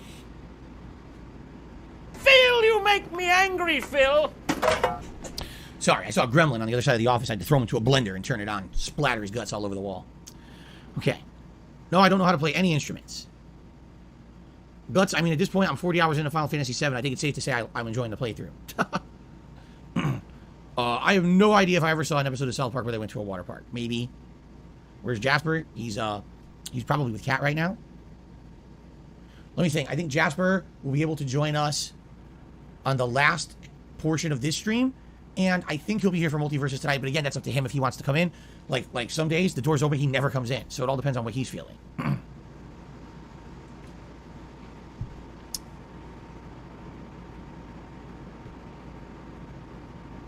Bill Vernell, like Phil Burnell, get it? Asked, where am I from? And then retracted their question.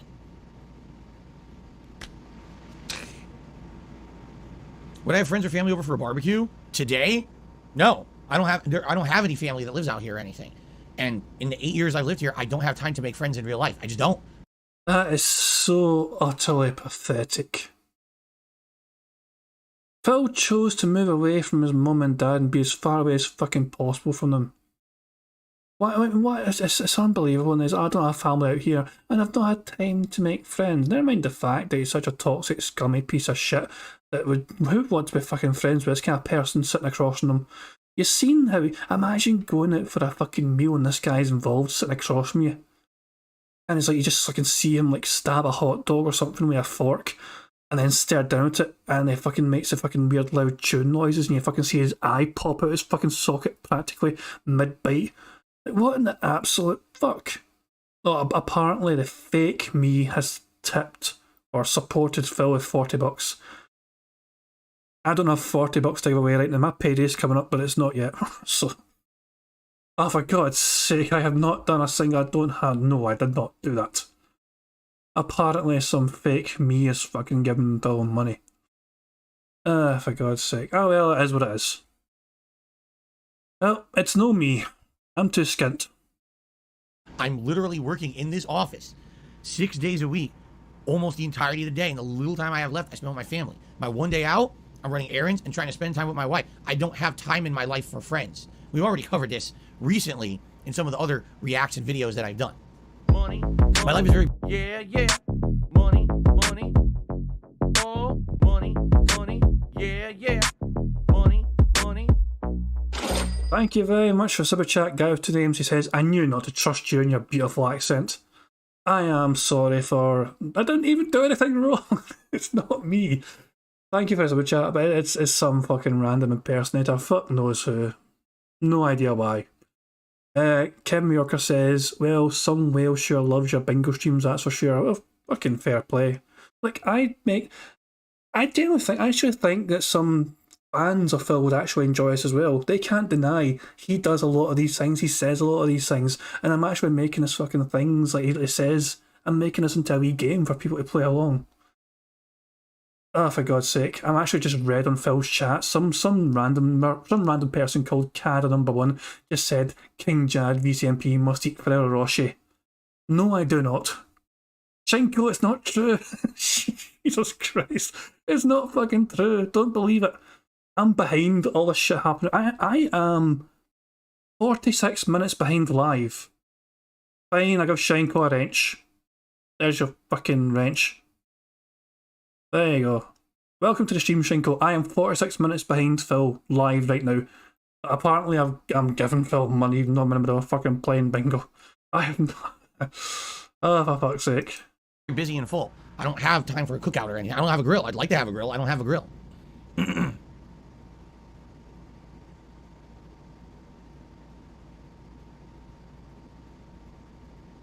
How do I like my steak? Medium. Medium rare could be good. It depends on the steak. If you're getting a higher grade of steak, you probably want medium rare. But if you're going to have it at a regular restaurant, you probably want medium, considering you don't know the quality of what they're giving you. Just saying. It has to be pink. I don't like overdone steak. That's yucky. How do you get practice for fighting games when matches online are laggy? You got to play against people offline. And if that means finding people who play the game in your area and meeting up with them, you know what I mean? And hang out with them, you know, then that's what you should do. That's what I used to do during the era of Street Fighter 4. If I wanted to get good at Street Fighter 4, I had to play the game offline with my friends who played Street Fighter. Playing it online, you can only get so far, especially back then. The netcode was atrociously bad.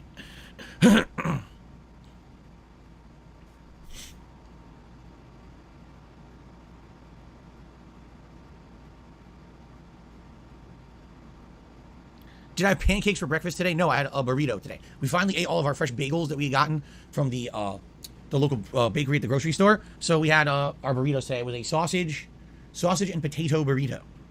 Yes. Do I like Worcestershire? Is it Worcestershire sauce? I never know. It's spelled Worcester, but apparently some people say Worcestershire like that. I don't know how to pronounce the word. Do I like the sauce? I do like that sauce. I've had it on steak and I like it. I don't always eat it with that, but I do like it. Do I think my parents would like to visit Seattle? Yeah, but they can't. Their health is too bad. My dad has a bad back and other health issues. My mom has multiple issues with her knees and things, and they already told me they can't travel anymore. You know, the last time they visited me was 2016, and that was it. Like, Snood wants me to say a word that Phil just said there. I pronounce it as Worcester. Worcester. Is that not right? Or do you fucking do a CH sound for the fucking middle bit? Is it Worcester? I thought it was Worcester or something like that. Fuck it, I don't know. Yeah, it's not. I have not given Phil money. It's not me, guys. And it's like almost all of a fucking sudden I got like a bunch of different messages in my fucking Discord. I see my bank account. My bank account records run. It is not me. I'm innocent. I'm honestly innocent. It's not me. It's not me. I don't troll tipping for fucking idiots. If I want to see them, I gotta go to Connecticut. No, I did not do the character creation for Saints Row.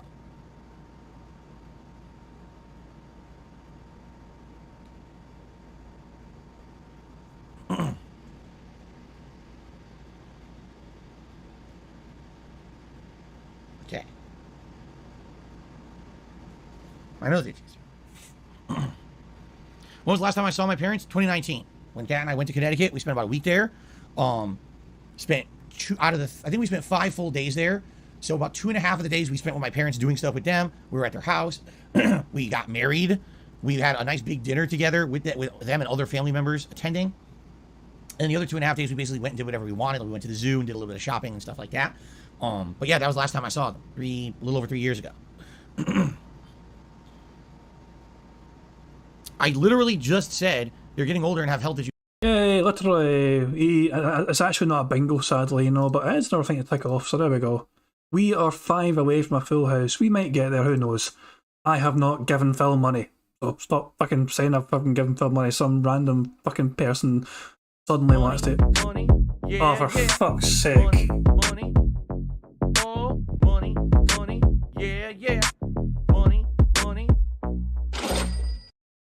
Undercover Tony tipped me 40 quid and says, I will buy you Ferrero Rocher. Nah, Tony, you don't need to do that, pal. I'm gonna give you this money back, pal. I don't need 40 quid off you, pal. I'm giving you this money back. I do appreciate it, but I'm giving you that money back, okay? Nah. I'm gonna end the when the stream ends, I'm just gonna return the PayPal stuff. I don't need the fucking money. So no thanks. Thanks, but no thanks. Jews, they can't travel out here. At least that's what they say. And I asked, well, can they fly out to see you?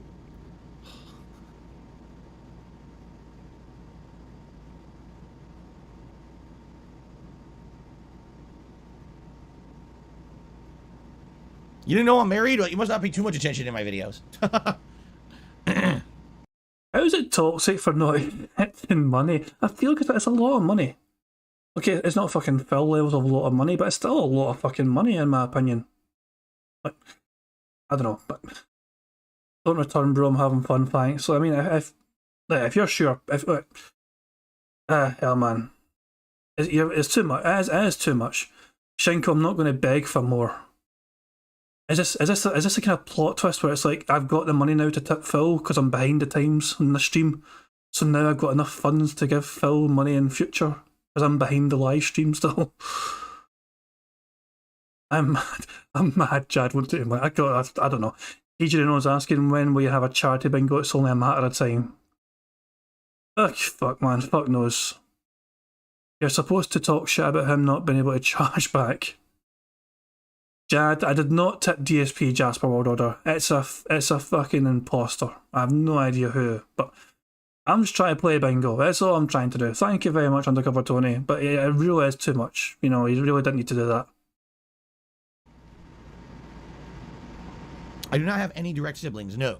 When I was growing up, I had a cousin who lived with me who was basically like my older sister, but then when she became an adult, she moved out, and that was the end of that, and I don't have any real brothers or sisters, no. At least to my knowledge. Do I like grits? I've never tried them. So I don't know what they're like. I've never had grits before. Did I ever ride on a roller coaster? Yes. Not very frequently. Only a few in my life, but yes. Do I like pancakes? Yes. Don't eat them frequently, but I like them. Money, particular money, yeah, money, oh, money, yeah, money. Thank you, Kinda Sir, for a super chat, and you're saying ban GW2N. I've not seen him do anything wrong. Also, who? I mean, I don't mean to sound rude, but who's GW2N? two in? I thought you wanted me to ban Rydrake earlier on, and now you want to ban Guy with two names. Guy with two names. I caught on to the fucking thing. Guy with two names. No, I'm not going to ban Guy with two names. I don't care if he doesn't trust me and my beautiful accent anymore. No. I'm not going to ban him. He's done nothing wrong. Guy with two names is saying, who's that? It's you. He's a known troll. Shinko, no. Your wrench is for fucking posting links to fucking nice things. Like, that's what Dashi uses his moderator powers for, so he can post links in chat to show things off to people. You don't need to. I don't think I've actually ever banned anyone. The only thing I've tried to do is hide the fucking sex bots that Prophet sends. Him and his army of fucking never-ending sex bots. That's literally the only time I try and take action in chat. Smith Super Awesome Reviews wants me to ban Guy with two names because he doesn't like Big Booba. Can I ban Joe the Hammer? I don't even know who the fuck Joe the Hammer is. No, I'm not banning anyone. Blueberry. Do I have a favorite viewer? No, I don't play favorites. Is this a Gucci shirt? Yes, Gucci makes Gremlins exclusive shirts if you didn't know, of course.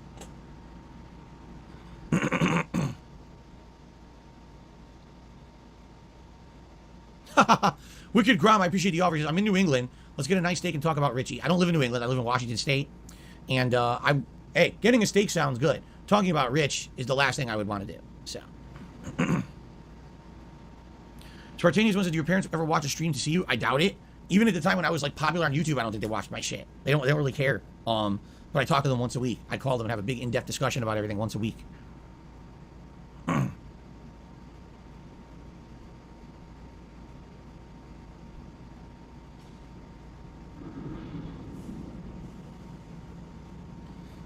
Excuse me. All right, last opportunity for a couple more questions, guys, all right? Anything else you want to throw at me? By the way, if you're enjoying the stream, please give it a like.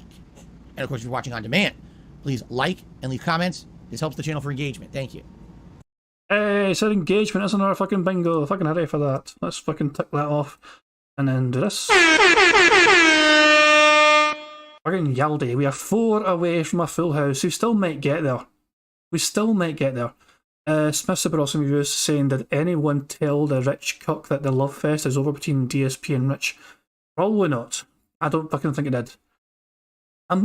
Jesus, man. I am 51 minutes behind the live Phil, although we can get to fast forward soon if he's going to go on his wee break. Am I a fan of Paris Hilton? I'm not aware there's anything to be a fan of. What does she do exactly? No, I never was. Even when she was popular as a reality star, I thought that was the biggest stupid thing I've ever seen. I'm not the fucking biggest fan of Paris Hilton either, but she seems to have done well for herself regardless. She fucking seems to be able to sell products, you know. She's a bit of a fucking, you know, I mean, obviously she got fucking famous with like a sex tape and all that shit, which is kind of weird and bizarre. But at the same time, she seems to have done fucking well for herself. She didn't fade into obscurity. She's fucking tried all sorts of different wee things here and there, tried all sorts of fucking different ideas. Some of them work, some don't. She does seem to actually have a bit of a fucking brain inside her pretty head, you know, so fair play to fucking Paris Hilton for fucking making something of her life rather than just fucking riding on the coattails of being the daughter of the guy that owned Hilton Hotel. I mean, credit where it's due. She seems to have done something for herself. In fact, you could argue she's not just riding off the name Hilton. Paris Hilton has her own identity, I'd say. She's not just daughter of a Hilton person. Money, yeah. Money, oh, money, yeah. Money. Undercover Tony tips again. He's tipped 40 quid again. It's never too much. I love his content and I will always support. Please don't refund. Yeah, give me hours of our content, thanks. Like, you don't have to fucking give a penny though, for fuck's sake, man. I do appreciate it, but it's too much.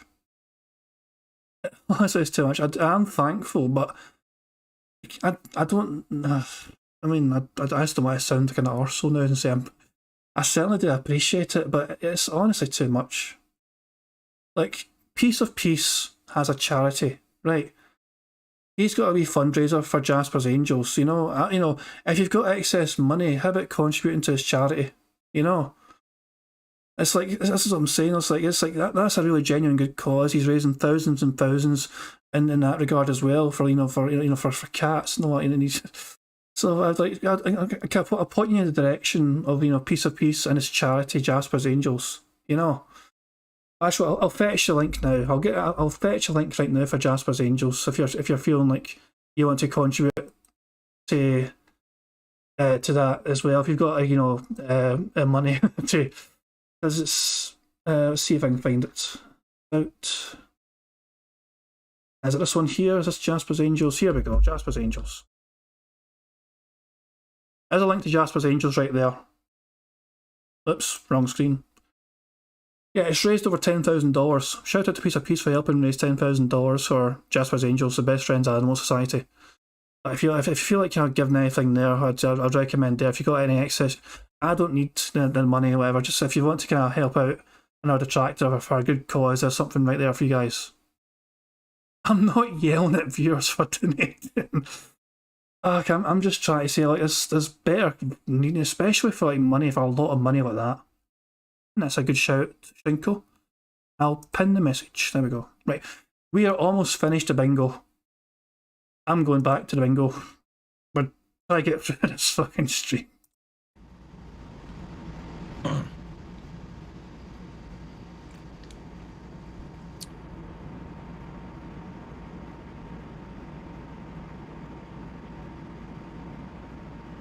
Have I ever entered ketosis? Yes, I'm in ketosis right now, actually, if you can't tell. Head-to-toe ketosis. I don't know what that means, but yes. No, I have not reconsidered Cult of the Lamb. Still doesn't look interesting. No, I was not an alpha male in high school. No, Johns, no, I'm not apologizing to you because you showed up late and then asked a question that I just literally answered moments before. Sorry, you were the one that was late. Yes, I've watched Family Guy. Yes, Crown Jewel ruined the legacy of DX and the Brothers of Destruction.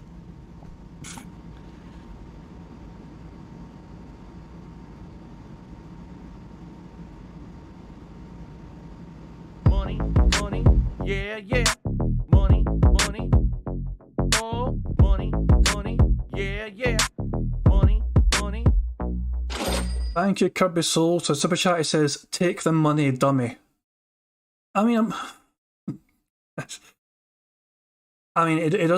he's adamant he doesn't want me to return it, so I'll I don't know, man. It's one of those things. It's like you know when something kind of really nice happens to you, like in terms of that, and you're very skeptical about like what's going on. It's kind of like that for me right now. You know, don't usually get a huge amount of money in tips. You know, it's like it's something very bizarre to me. But yeah.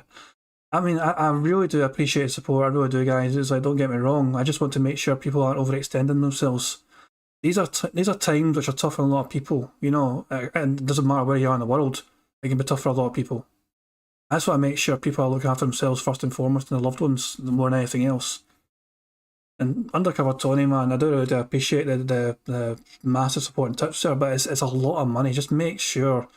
Like, there's nothing like, to, you know, closer to home, especially when you come to loved ones first. That's what I'm trying to say. You know, it's just Stevie Dead wants it converted into the Lucozade orange soda and get it sent to him. Oh, there you go. So just also make sure you take care of your loved ones, your family first, you know what I mean, before you think about giving anything to some dumbass on the internet like me, or Phil for that matter. I can't really answer the question if I was a geek in high school because a geek means something different to everyone and especially different time periods. Like, was I a super nerdy guy in high school? No, not at all. But my interests were video games, comic books, that kind of stuff. So you could consider me a geek then. Although I wasn't in with any geeky crowd or anything like that. No, I cannot rap like Eminem.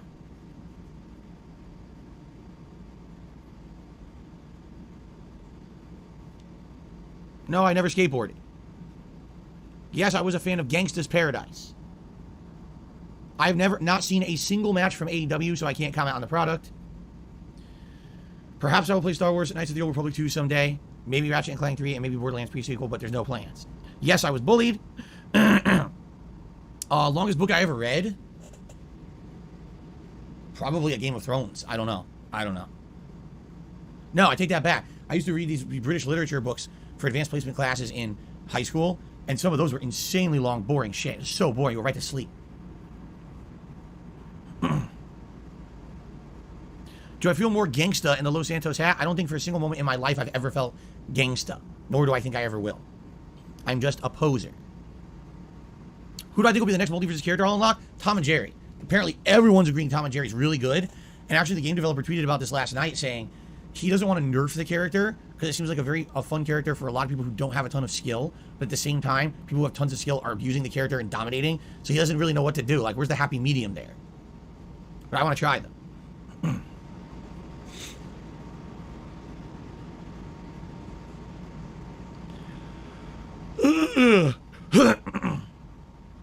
All right, guys. Let me stretch. Hold on. Oh! Since the podcast is so long, and since some of you have undoubtedly joined in the last hour and a half, I will just reiterate the things I said at the very beginning of the podcast. We have new animations for a $10 tip, between $10 to $20 level of tip. It's a new animation. Me dancing in the closet. No one's seen it yet. There's also a new animation for $100 or greater tips. I think I played it once on stream last week and didn't mention it again. So I'd like to remind people, at this point in time on Phil's stream, I'm like 50 odd minutes behind. I'm 55 minutes behind. He's only had one single contribution, which was $1 at this particular time, which is why he's repeating the fucking start of the fucking show, essentially. But yeah, this is definitely a big moment on Phil's show here. But yeah, you know, as people seem to be aware, it certainly seems to get tips between now and you know, then and now, essentially. And apparently it's someone pretending to be me, so fucking we'll see if that happens. those are new animations in the rotation, replacing the previous Skyrim animations, which in my opinion are very outdated now. The Skyrim playthroughs have been done for months. So there are new things that you will now be seeing on the stream. The $10 animation you'll probably see frequently. The $100 animation you'll probably never see. It's so rare that someone would tip that much, you'll probably never even see it, okay? And to reiterate, right now this week, I do need a lot of help with tips in particular. So if you could tip, please do, and thank you in advance, but everything else is also appreciated. All right, that's it. Let's end the show. Let's get started with Final Fantasy. Okay. As you know, I always skip this outro, just in case, you know, I get struck by you-know-who or something, so I just skip his outro every time. All right, and I continue to torture you with Cartoon Phil, and I will continue to do so. All right, let's go over here. It looks like Alex from Phoenix actually just hit me, but he missed the window of opportunity there to get it answered on the podcast. Doesn't mean I'm not going to answer. I will. But let's get set up here. Alright, just because the podcast stopped recording doesn't mean the game's over. The game ends when it hits record for gameplay. So as soon as it hits record for YouTube mode for playing the game, that is when the show officially ends. Sorry, the bingo officially ends. And that is when the game is over for that. We're still playing bingo, essentially. So, there we go. Fingers crossed we can get a full house. We'll see if it happens or not.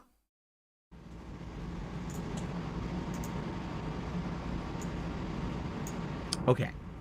So Alex from Phoenix, give me $5. See what he has to say here. Let me get him on the leaderboard first of all. Biggest contribution of the day. Only the second contribution of the day.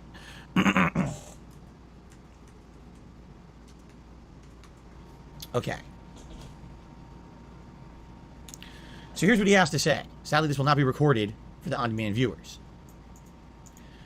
I'll try to shorten the question as much as I can. Chris Borez, aka the Irate Gamer, claims there's a YouTube gaming mafia that controls the algorithm and will bury you if you don't meet their demands. Thus, that's why he's lost subs. Is this true in your opinion?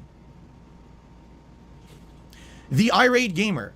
You mean the guy who literally, since the day he started posting content on YouTube, was accused of plagiarism because, interestingly enough, he seemed to always be playing whatever game the Angry Video Game Nerd was playing, and even had multiple reviews that were nearly identical to his, even using some of the exact same phrases.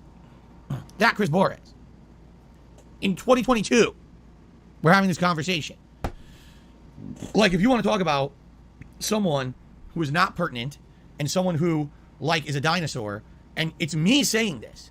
It's not, I'm the dinosaur talking about the dinosaur. You understand? Like, you know what I'm saying? There was no time when Chris Borez was, like, super hot popular on YouTube. He was always, like, the second-rate Angry Video Game Nerd on YouTube. Everyone said that back in the day. Now, I don't know if since then, things changed. I don't know if he ever had popularity on YouTube like the Angry Video Game Nerd did. I don't think so. But to my knowledge, he's not a pertinent person anymore, right? I don't know. Anyway, so to answer the question, to my knowledge, there is no YouTube gaming mafia, all right? What there is an algorithm on YouTube, all right? And this algorithm determines many things about the content that you put out, all right? Number one, will your video show up in search results at all? And if it does, how prominent of a result it'll be. Number 2, if your video will show up in the sidebar of recommended videos. And number 3, if your video will show up as a recommended video after watching another video, okay? These are all factors in being noticed on YouTube. And if your video doesn't fit into the algorithm per se, and it doesn't get those features, you know, search engine results, recommended video, the sidebar recommended at the end of other people's videos, it's very, very hard to be found on YouTube, okay? Very hard. To give you a perfect example here, DSP Gaming at one point was one of the most prominent gaming channels on YouTube during those years when YouTube gaming was exploding from 2010 to like 2014. DSP Gaming was at the forefront of covering all the hot new releases. And therefore, whenever a new game came out and you searched for a playthrough for it on YouTube, DSP Gaming would typically show up in the first couple of pages of results. And then in 2015, I got an absolute ridiculous amount of false copyright strikes against the channel. And my channel fell out of prominence because I had to delete a ton of videos, all right, for copyright concerns. And when that happened, my channel fell out of prominence, and it went from, here's basically how it would work. Every fall, all the hot new games are coming out for the end of the year, and I would cover them all. And no exaggeration, my viewership in some cases would double during the later months of the year when people would be coming in to watch the hot new releases. Those months of September, October, November, December, in some cases, I would make 50% of the income of the year in a 4-month span. So 50% and only 33% of the year. You see, it was like a backloaded business model because of that, all right? When I basically got stricken out of the algorithm by the false copyright strikes and me removing videos, that went to 0, meaning I saw 0 increase in viewership at the end of the year. So it didn't matter what games I was playing or when I played them. It was basically the same kind of hardcore viewer base that I had, and I couldn't get my channel noticed by anyone. I couldn't show up in search results, nothing, all right? Now, it has nothing to do with the mafia of people controlling the algorithm. It's the algorithm itself. The algorithm itself is stupidly flawed, and there's so many ways you can game that algorithm to get noticed, which is ridiculous. Now, do I cater my content towards the algorithm today? No, I do not. I don't. And for the longest time, all right, I didn't care about this channel. I felt that YouTube was my past and Twitch was going to be my future. This was before Twitch had a complete shift in their philosophy as a business and went completely nuts with the insane things they're doing on their site, okay? Judging that me, the guy who doesn't make sexualized comments, the guy who doesn't make racial comments, the guy who doesn't talk about politics in his content was too risque for Twitch and violated the partner program and they kicked me out of it. The fuck are you talking about? You're idiots. Anyway, the point I'm making here is I didn't really pay attention to this channel at all for years and years. I basically used it as a repository to just dump my archive streams, and I didn't put any effort into content on the channel. And this channel went on a big decline over the course of 2017 to 2021. In the 1 year I put effort into the channel, I've been able to basically get interest again. My subs are up. My views in general are on either steady or up, which is good. It's not great, but it's still going up. So that's a good thing. So I'm putting effort into it. People told me in the last year, oh my God, Phil, I was watching a playthrough. Guess what? Your video showed up as a related video to that playthrough. Yeah, it's because I've told you guys. It's because I told you guys that if you like the videos, if you leave comments on them, it adds to engagement and that adds to the algorithm and then you get noticed again. So DSP Gaming videos have been getting noticed again on YouTube. Not a ton, but a little bit at least. So what I would say to Chris Borez is, I have no clue if he's still an active content creator. I have no clue if he's got any kind of popularity on YouTube at this point in his career. Who knows, right? But all I can say is, if you want to maintain, you have to play by the rules. You have to, okay? And if you don't, you're going to decline. It's that simple. Sounds to me like Chris Borez is upset because he's not playing by the rules to get noticed and his content is in decline, right? Even I had to play by the rules. I mean, my content definitely is not playing by the rules of YouTube, right? Let's be honest. But at least hey, please like the videos. Please leave comments. You gotta do something to get noticed by the algorithm. If you don't, all it's gonna do is gonna keep going down like this. There's nothing you can do about it. YouTube, you cannot be noticed on YouTube anymore, okay? But again, I'm coming from an era where I have 0 frame of reference of Chris Borez as a content creator anymore. I don't know if, what level of popularity he achieved. When I stopped following the Angry Video Game Nerd, I never heard of Chris Borez ever again. So I don't know anything about that, okay? Okay, I'm going to go on a brief break to use the restroom, and then we're going to start with Final Fantasy VII. Give me like 2 minutes. I'm just going to run next door. I'm not going to run an ad or nothing. I'm just going to mute the mic. I'll be right back. And I'll fast forward as much as I can. Yeah, we'll just fast forward Phil's stream. We are fucking miles behind still, so we can definitely catch up. This fucking garbage. We'll just fucking spam the right arrow key to skip 5 seconds ahead in time every time. There it is, come back, there it is. Guys, I got some really, really bad news. Alright, prepare yourselves. You ready? I forgot to read a quote from Too Old for MySpace, Too Young for Medicare on the podcast. So I'm just going to do it now.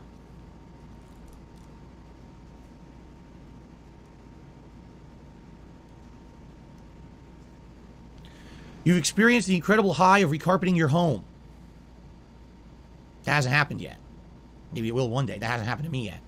You remember a time when you had to go to the bank on a Friday if you wanted cash for the weekend. That actually never happened to me. I was of the age that you could just go to a ATM. You didn't need to go to the bank. So there you go. I'm younger than the people that they're referencing in the book. Now I feel young and spry, and I'm ready to do chocobo grinding. Anyway, all right, let me get my controller. Let's get started. Remember, the game ends, bingo ends when it hits record for YouTube mode. So I actually directly remember when ATMs became prominent. They started showing up all over the place. A lot of people were skeptical about them. They're like, what, the machine's going to give me money? Oh, how do I know it's correct? Oh, how do I know you want me to put money into the machine with no human to count it? Oh, I don't trust that, right? Oh, I'll never trust that. A deposit, you're nuts. They'll take my money, claim that I gave them $5 when I gave them $5,000. There was a lot of people who were skeptical of ATMs when they first appeared all around. You know, automation, a lot of people didn't like that. But I couldn't tell you the last time I walked into a physical bank and did something with a human. I couldn't tell you. Even last year, all right, when I had to do a lot of shit, like make new accounts and things for a lot of my different stuff because of the identity that I had, you could do it all online or over the phone. You don't have to actually in person do anything anymore. It's all...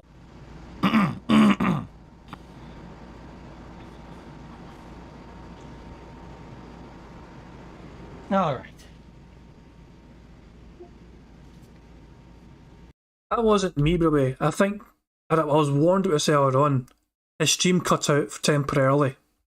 So it literally just jumped. It just jumped at this point. His stream went down temporarily and it came back at this point. So this is literally me playing normally. Actually in person do anything anymore. It's all... Yeah, so that's literally just real time. That's not me doing anything or whatever. That's literally what happened on the stream. Phil's stream went down temporarily and he had to, I think it was just YouTube issue or internet issue at his end or something. So yeah, that was all on Phil's side. Is someone impersonating me? Apparently someone is. Apparently someone is impersonating me. I'm not seeing it yet happen because I'm behind live Phil, but apparently somebody tipped him in my name. It's not me though. I'm too much of a cheap bastard to do that.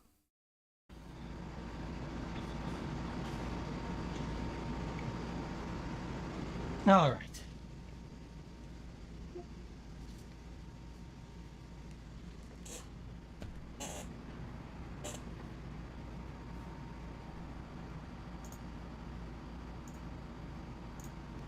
Oh, didn't see you there. Oh, how you guys doing? Sorry, an army of zombies stormed my house, so I had to pull out my chainsaw and start chopping their limbs off, and the rivers of gory, coagulated blood hit my modem and knocked the modem off the internet, so I had to reboot. Very exciting story, right? Okay, we're back, by the way. I'll give it a minute here for everyone to rejoin.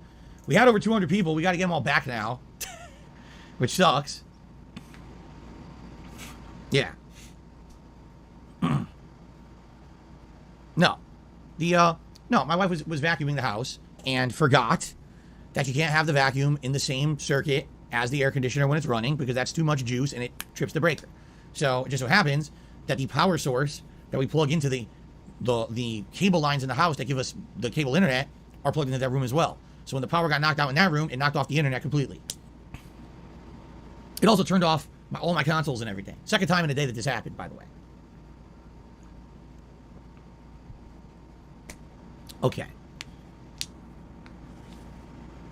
I have a UPS. The UPS is plugged in over here at my PC. Let's be honest here. Out of all the equipment, that's the thing I need the most. So that's where the UPS is. It's at the PC. And so my monitor didn't go off. None of that. But I'm still lost the internet because that adapter at the other end of the house lost power. And that's what powers the internet in the house. So, okay.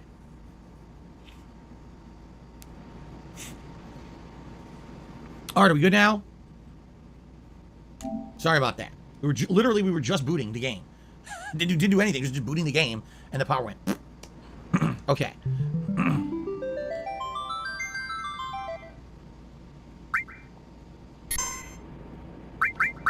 Okay.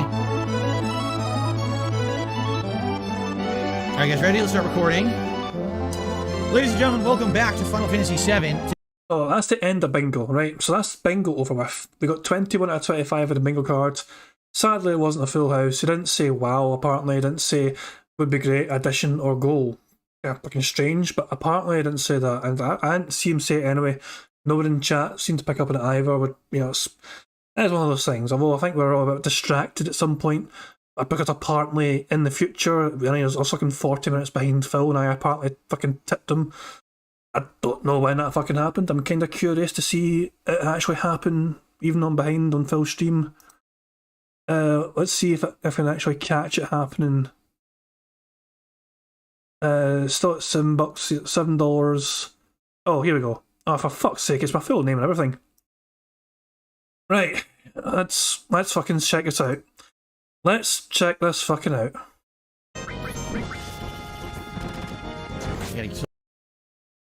Oh, for fuck's sake. It's okay, it's coming up. Here's my impersonator tipping Phil money. So I gotta steal it, and we'll have fun. Come on. King Jad VCMP just gave me a whopping $40. Thank you so much, King Jad. I'm much appreciative of that support. Let's get that up on the leaderboard. Lies. Lies, it's not me. I promise you it's not me. I was busy playing bingo. Ah, for fuck's sake, it's not. Oh, they did it again. Yeah, that's a hell of a coincidence. Isn't that a hell of a coincidence? 2 big tips. Did I do it back to back? Let me just skip forward in time. 47, 47, 47, 47, 47. Ah, fuck off. Did the fucking fake me one up the previous attempt? Where is he? Where is it? Oh, for fuck's sake, there as well. Right, let's check this out. Slowly refill your sugar with stamina meter. Alright. Make sure to take GP as prizes. I have to figure out how to do this. I you recharge stamina by holding the 2 R buttons. Whoa, King Jad just did another $41 tip now. Thank you so much, King Jad.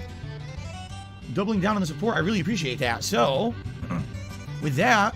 I sure don't fucking appreciate it. It was not me at all. So, I can't do anything about fucking people impersonating me. It is what it is, man. But it's not me.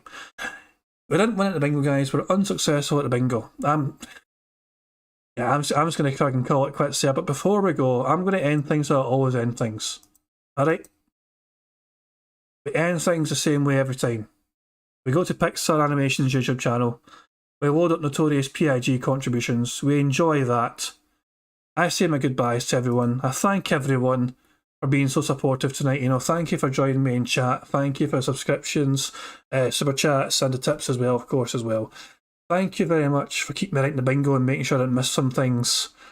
I did not give Phil any money. Let's just end that lie right there. It was not me. Somebody's impersonating me. It is what it is. I can't do anything about it.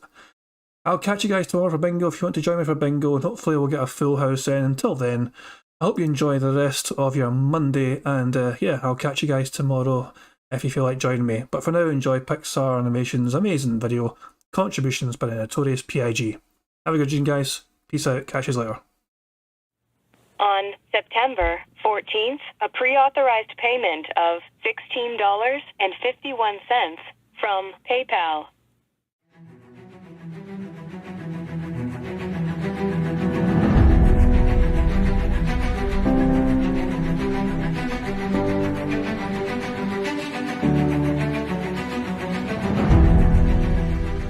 All right, Luna Mills has tipped me $1.30. It says, "I'm back. What's your favorite type of shower?" When you're showered in money, when you go outside, and all of a sudden, greenbacks start falling from the sky, and you raise your face up. You're like, oh, you start dancing. You go, oh, oh, money, money, yeah, yeah. All right, I don't know what the hell you're talking about, but thank you for the first tip of the day.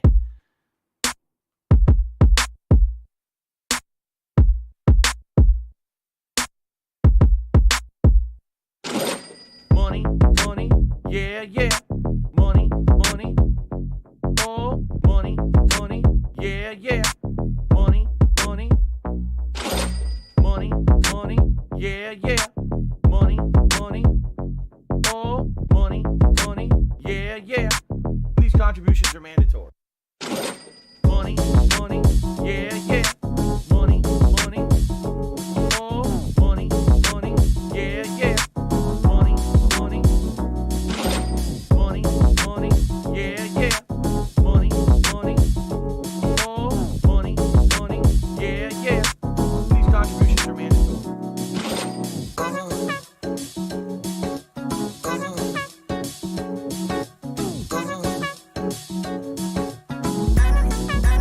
Show me the money.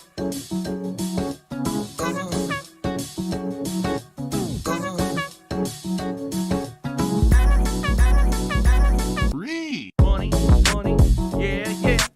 Money, money, oh, money, money, yeah, yeah. Money, money, money, money, yeah, yeah. Money, money, oh, money, money, yeah, yeah. These contributions are mandatory. And it's gone, just gone like that, in an instant, fucking gone.